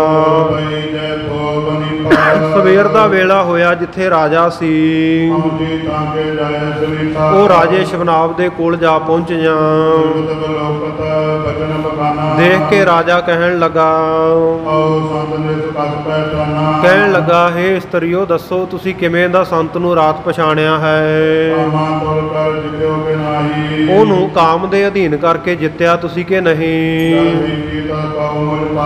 ਜਿਸ ਤਰ੍ਹਾਂ ਬਤੀਤ ਹੋਇਆ ਵਰਤਿਆ ਸਾਰਾ ਕੁਝ ਰਾਤ ਵਾਲਾ ਮੈਨੂੰ ਦੱਸੋ। ਸਾਰੀਆਂ ਇਸਤਰੀਆਂ ਵਿੱਚੋਂ ਜਿਹੜੀ ਮੁਖੀ ਸੀ ਕਹਿਣ ਲੱਗੀ ਰਾਜਾ ਸੁਣੋ, ਪਹਿਲਾਂ ਜਿਹੜੇ ਹੋਰ ਬਹੁਤ ਸਾਰੇ ਪੀਰ ਫਕੀਰ ਆਏ ਸਨ ਉਹ ਸਾਰੇ ਇਸਤਰੀਆਂ ਦੇ ਰੂਪ ਨੂੰ ਦੇਖ ਕੇ ਲੱਟੂ ਹੋ ਜਾਂਦੇ ਰਹੇ। ਇਹਨਾਂ ਦੇ ਕੋਲ ਜਾ ਕੇ ਅਸੀਂ ਬਹੁਤ ਹਾਵ ਭਾਵ ਦਿਖਾਏ। ਇਹੋ ਜਿਹੇ ਹਾਵ ਭਾਵ ਜਿਨ੍ਹਾਂ ਨੂੰ ਦੇਖ ਕੇ ਵੱਡੇ ਵੱਡੇ ਮੁਨੀ ਤਪਸਵੀ ਵੀ ਭੁੱਲ ਜਾਂਦੇ ਰਹੇ, ਪਰ ਇਹਨਾਂ ਦੇ ਤਨ ਨੂੰ ਤਾਂ ਲੇਸ ਮਾਤਰ ਵੀ ਇਹਨਾਂ ਦਾ ਅਸਰ ਨਹੀਂ ਹੋਇਆ ਸਾਡੇ ਹਾਵਾ ਭਾਵਾਂ ਦਾ। ਸੋ ਇਹ ਤਾਂ ਬਿਲਕੁਲ ਅਡੋਲ ਰਹੇ, ਜਿਵੇਂ ਸੋਨੇ ਦਾ ਪਹਾੜ ਉੱਤਮ ਪਹਾੜ ਟਿਕਿਆ ਰਹਿੰਦਾ ਹੈ। ਸਗੋਂ ਉਹਨਾਂ ਨੇ ਤਾਂ ਸਾਡੇ ਉੱਤੇ ਹੀ ਕਿਰਪਾ ਦ੍ਰਿਸ਼ਟੀ ਕਰ ਦਿੱਤੀ। ਵਾਹਿਗੁਰੂ ਦੇ ਸਿਮਰਨ ਦੇ ਵਿੱਚ ਸਾਡੀ ਮੱਤ ਨੂੰ ਉਹਨਾਂ ਨੇ ਭਿਗੋ ਦਿੱਤਾ। ਇਹ ਤੇ ਕੋਈ ਪੂਰਨ ਪੁਰਖ ਹਨ, ਕਿਰਪਾ ਦੇ ਘਰ ਹਨ, ਜਿਨ੍ਹਾਂ ਦਾ ਦਰਸ਼ਨ ਨਿਹਾਲ ਕਰਨ ਵਾਲਾ ਹੈ। ਸਾਡੇ ਪੂਰਬਲੇ ਜਨਮਾਂ ਦੇ ਕੋਈ ਸ਼ੁਭ ਕਰਮ ਜਾਗੇ ਹਨ, ਜਿਸ ਕਰਕੇ ਅਸੀਂ ਉੱਤਮ ਪੁਰਸ਼ ਸਤਿਗੁਰੂ ਨਾਨਕ ਦੇਵ ਜੀ ਦੀ ਸੇਵਾ ਵਿੱਚ ਲੱਗੀਆਂ। ਸਾਰੀ ਰਾਤ ਸਾਨੂੰ ਸਤਿਗੁਰੂ ਜੀ ਨੇ ਸੋਹਣਾ ਉਪਦੇਸ਼ ਦੇ ਕੇ ਇਹ ਰਾਜਾ ਸਾਨੂੰ ਸਤਿਗੁਰੂ ਨੇ ਸਫਲਿਆਂ ਕਰ ਦਿੱਤਾ, ਕਰਤਾਰਥ ਕਰ ਦਿੱਤਾ। ਵਿਸ਼ੇ ਵਿਕਾਰਾਂ ਦਾ ਜਿਹੜਾ ਭੋਗਣਾ ਹੈ ਇਹ ਸਾਨੂੰ ਹੁਣ ਵਿਸ਼ਟਾ ਵਾਂਗੂ ਗੰਦਗੀ ਵਾਂਗੂ ਲੱਗਣ ਲੱਗ ਪਿਆ ਹੈ। ਸਾਨੂੰ ਤਾਂ ਬੜੀ ਦੁਰਗੰਧੀ ਬੜੀ ਇਹ ਤੋਂ ਹੁਣ ਘਿਰਣਾ ਆਉਂਦੀ ਆ, ਸਾਡੇ ਮਨ ਨੂੰ ਭਾਉਂਦੇ ਨਹੀਂ ਵਿਸ਼ੇ ਵਿਕਾਰ। ਸਾਨੂੰ ਤਾਂ ਸਭ ਪ੍ਰਕਾਰ ਕਰਕੇ ਹਿਰਦੇ ਵਿੱਚ ਸ਼ਾਂਤੀ ਪ੍ਰਾਪਤ ਹੋ ਗਈ ਹੈ। ਸਤਿਗੁਰੂ ਸਾਹਿਬ ਜੀ ਦੇ ਬਚਨ ਸੁਣ ਕੇ ਸਾਡੀ ਤਾਂ ਛਾਤੀ ਸੀਤਲ ਹੋ ਗਈ, ਮਨ ਠਰ ਗਿਆ ਹੈ। ਸਾਨੂੰ ਤਾਂ ਨਰਕਾਂ ਵਿੱਚ ਡਿੱਗੀਆਂ ਹੋਈਆਂ ਨੂੰ ਸਤਿਗੁਰੂ ਨੇ ਕੱਢ ਕੇ ਸਵਰਗ ਵਿੱਚ ਪਹੁੰਚਾ ਦਿੱਤਾ ਹੈ। ਇਹੋ ਜਿਹੇ ਸੰਤ ਜਿਹੜੇ ਅਸੀਂ ਰਾਤ ਜਾ ਕੇ ਦੇਖੇ ਹਨ, ਸੁਣ ਕੇ ਜਿਹੜਾ ਇਹ ਰਾਜਾ ਸ਼ਿਵਨਾਭ ਹੈ ਮਨ ਵਿੱਚ ਬਹੁਤ ਖੁਸ਼ ਹੋਇਆ ਕਿ ਪੂਰਨ ਸਤਿਗੁਰੂ ਨਾਨਕ ਦੇਵ ਜੀ ਆ ਗਏ ਹਨ। ਮਨ ਵਿੱਚ ਸੋਚਦਾ ਹੈ ਕਿ ਇਹ ਸਤਿਗੁਰੂ ਨਾਨਕ ਦੇਵ ਮਹਾਰਾਜ ਸੱਚੇ ਪਾਤਸ਼ਾਹ ਹਨ, ਜਿਹੜੇ ਮੁਕਤੀ ਦਾ ਦਾਨ ਦੇਣ ਵਾਲੇ, ਮੁਕਤੀ ਬਖਸ਼ਣ ਵਾਲੇ ਹਨ। ਇਉਂ ਫਿਰ ਸਾਧ ਸੰਗਤ ਜੀ ਸਤਿਗੁਰੂ ਸੱਚੇ ਪਾਤਸ਼ਾਹ ਜੀ ਦੇ ਦਰਸ਼ਨ ਕਰਨ ਵਾਸਤੇ ਇਹ ਰਾਜਾ ਸ਼ਿਵਨਾਭ ਜਾਵੇਗਾ ਭਾਵਨਾ ਦੇ ਸਹਿਤ। ਇਹਨੂੰ ਉਪਦੇਸ਼ ਦੇ ਕੇ ਸਤਿਗੁਰੂ ਸੱਚੇ ਪਾਤਸ਼ਾਹ ਜਿਵੇਂ ਨਿਹਾਲ ਕਰਨਗੇ ਇਹ ਰਹਿੰਦਾ ਪ੍ਰਸੰਗ ਆਪਾਂ ਕੱਲ੍ਹ ਦੇ ਦੀਵਾਨ ਵਿੱਚ ਅੱਗੇ ਸਰਵਣ ਕਰਾਂਗੇ।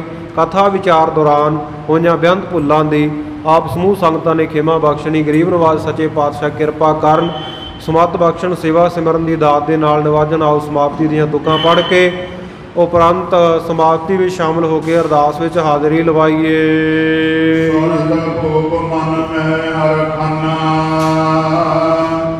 ਹੈ ਏ ਸ੍ਰੀ ਨਾਨਕ ਗਤ ਦਾਨਾ।